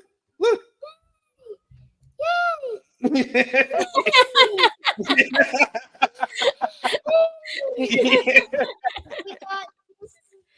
All right. Josh, you'll let everybody know where they can follow you. You can follow me, JMPunk321, Twitter and Instagram. I'll be back tomorrow for the SummerSlam review. I'll be on for that. And next weekend I'll be on for THH. And I think Sunday, if it works out, I'm planning to meet Joe Henry in person because he's gonna be in Queens. So nice. I'm gonna be posting that as well. So hopefully everything works out. If my schedule works out, great. Then I'll head to Queens and meet him. Sweet. Yes, Nice. You can follow me on the Twitter machine at Tru Heel SP3. Follow the gang, Facebook, Twitter, Instagram, TikTok at Tru Heel Heat. Patreon.com/Tru Heel Heat, the best place to support us when we are not live here. $3 a month, exclusive content, and the best way to support the channel. And yes, like Josh said, we will be back here. I want to say 105 or 205. It's between those times. We'll figure it out. Tomorrow afternoon for our WWE SummerSlam review, reviewing tonight's show. Me and Krssi do got a team up for Supercell, so we'll talk about that when we end this stream here. But follow all the places. Show us some love. Hit the subscribe button for more. We will be back here with the flagship next Saturday, 11:05 a.m. Eastern Time. So until then, for Krssi, for Josh, it is me, your Tru Heel Phenom SP3. This has been Tru Heel Heat 288, Summer Suspensions and Leaks. We are signing off until next time.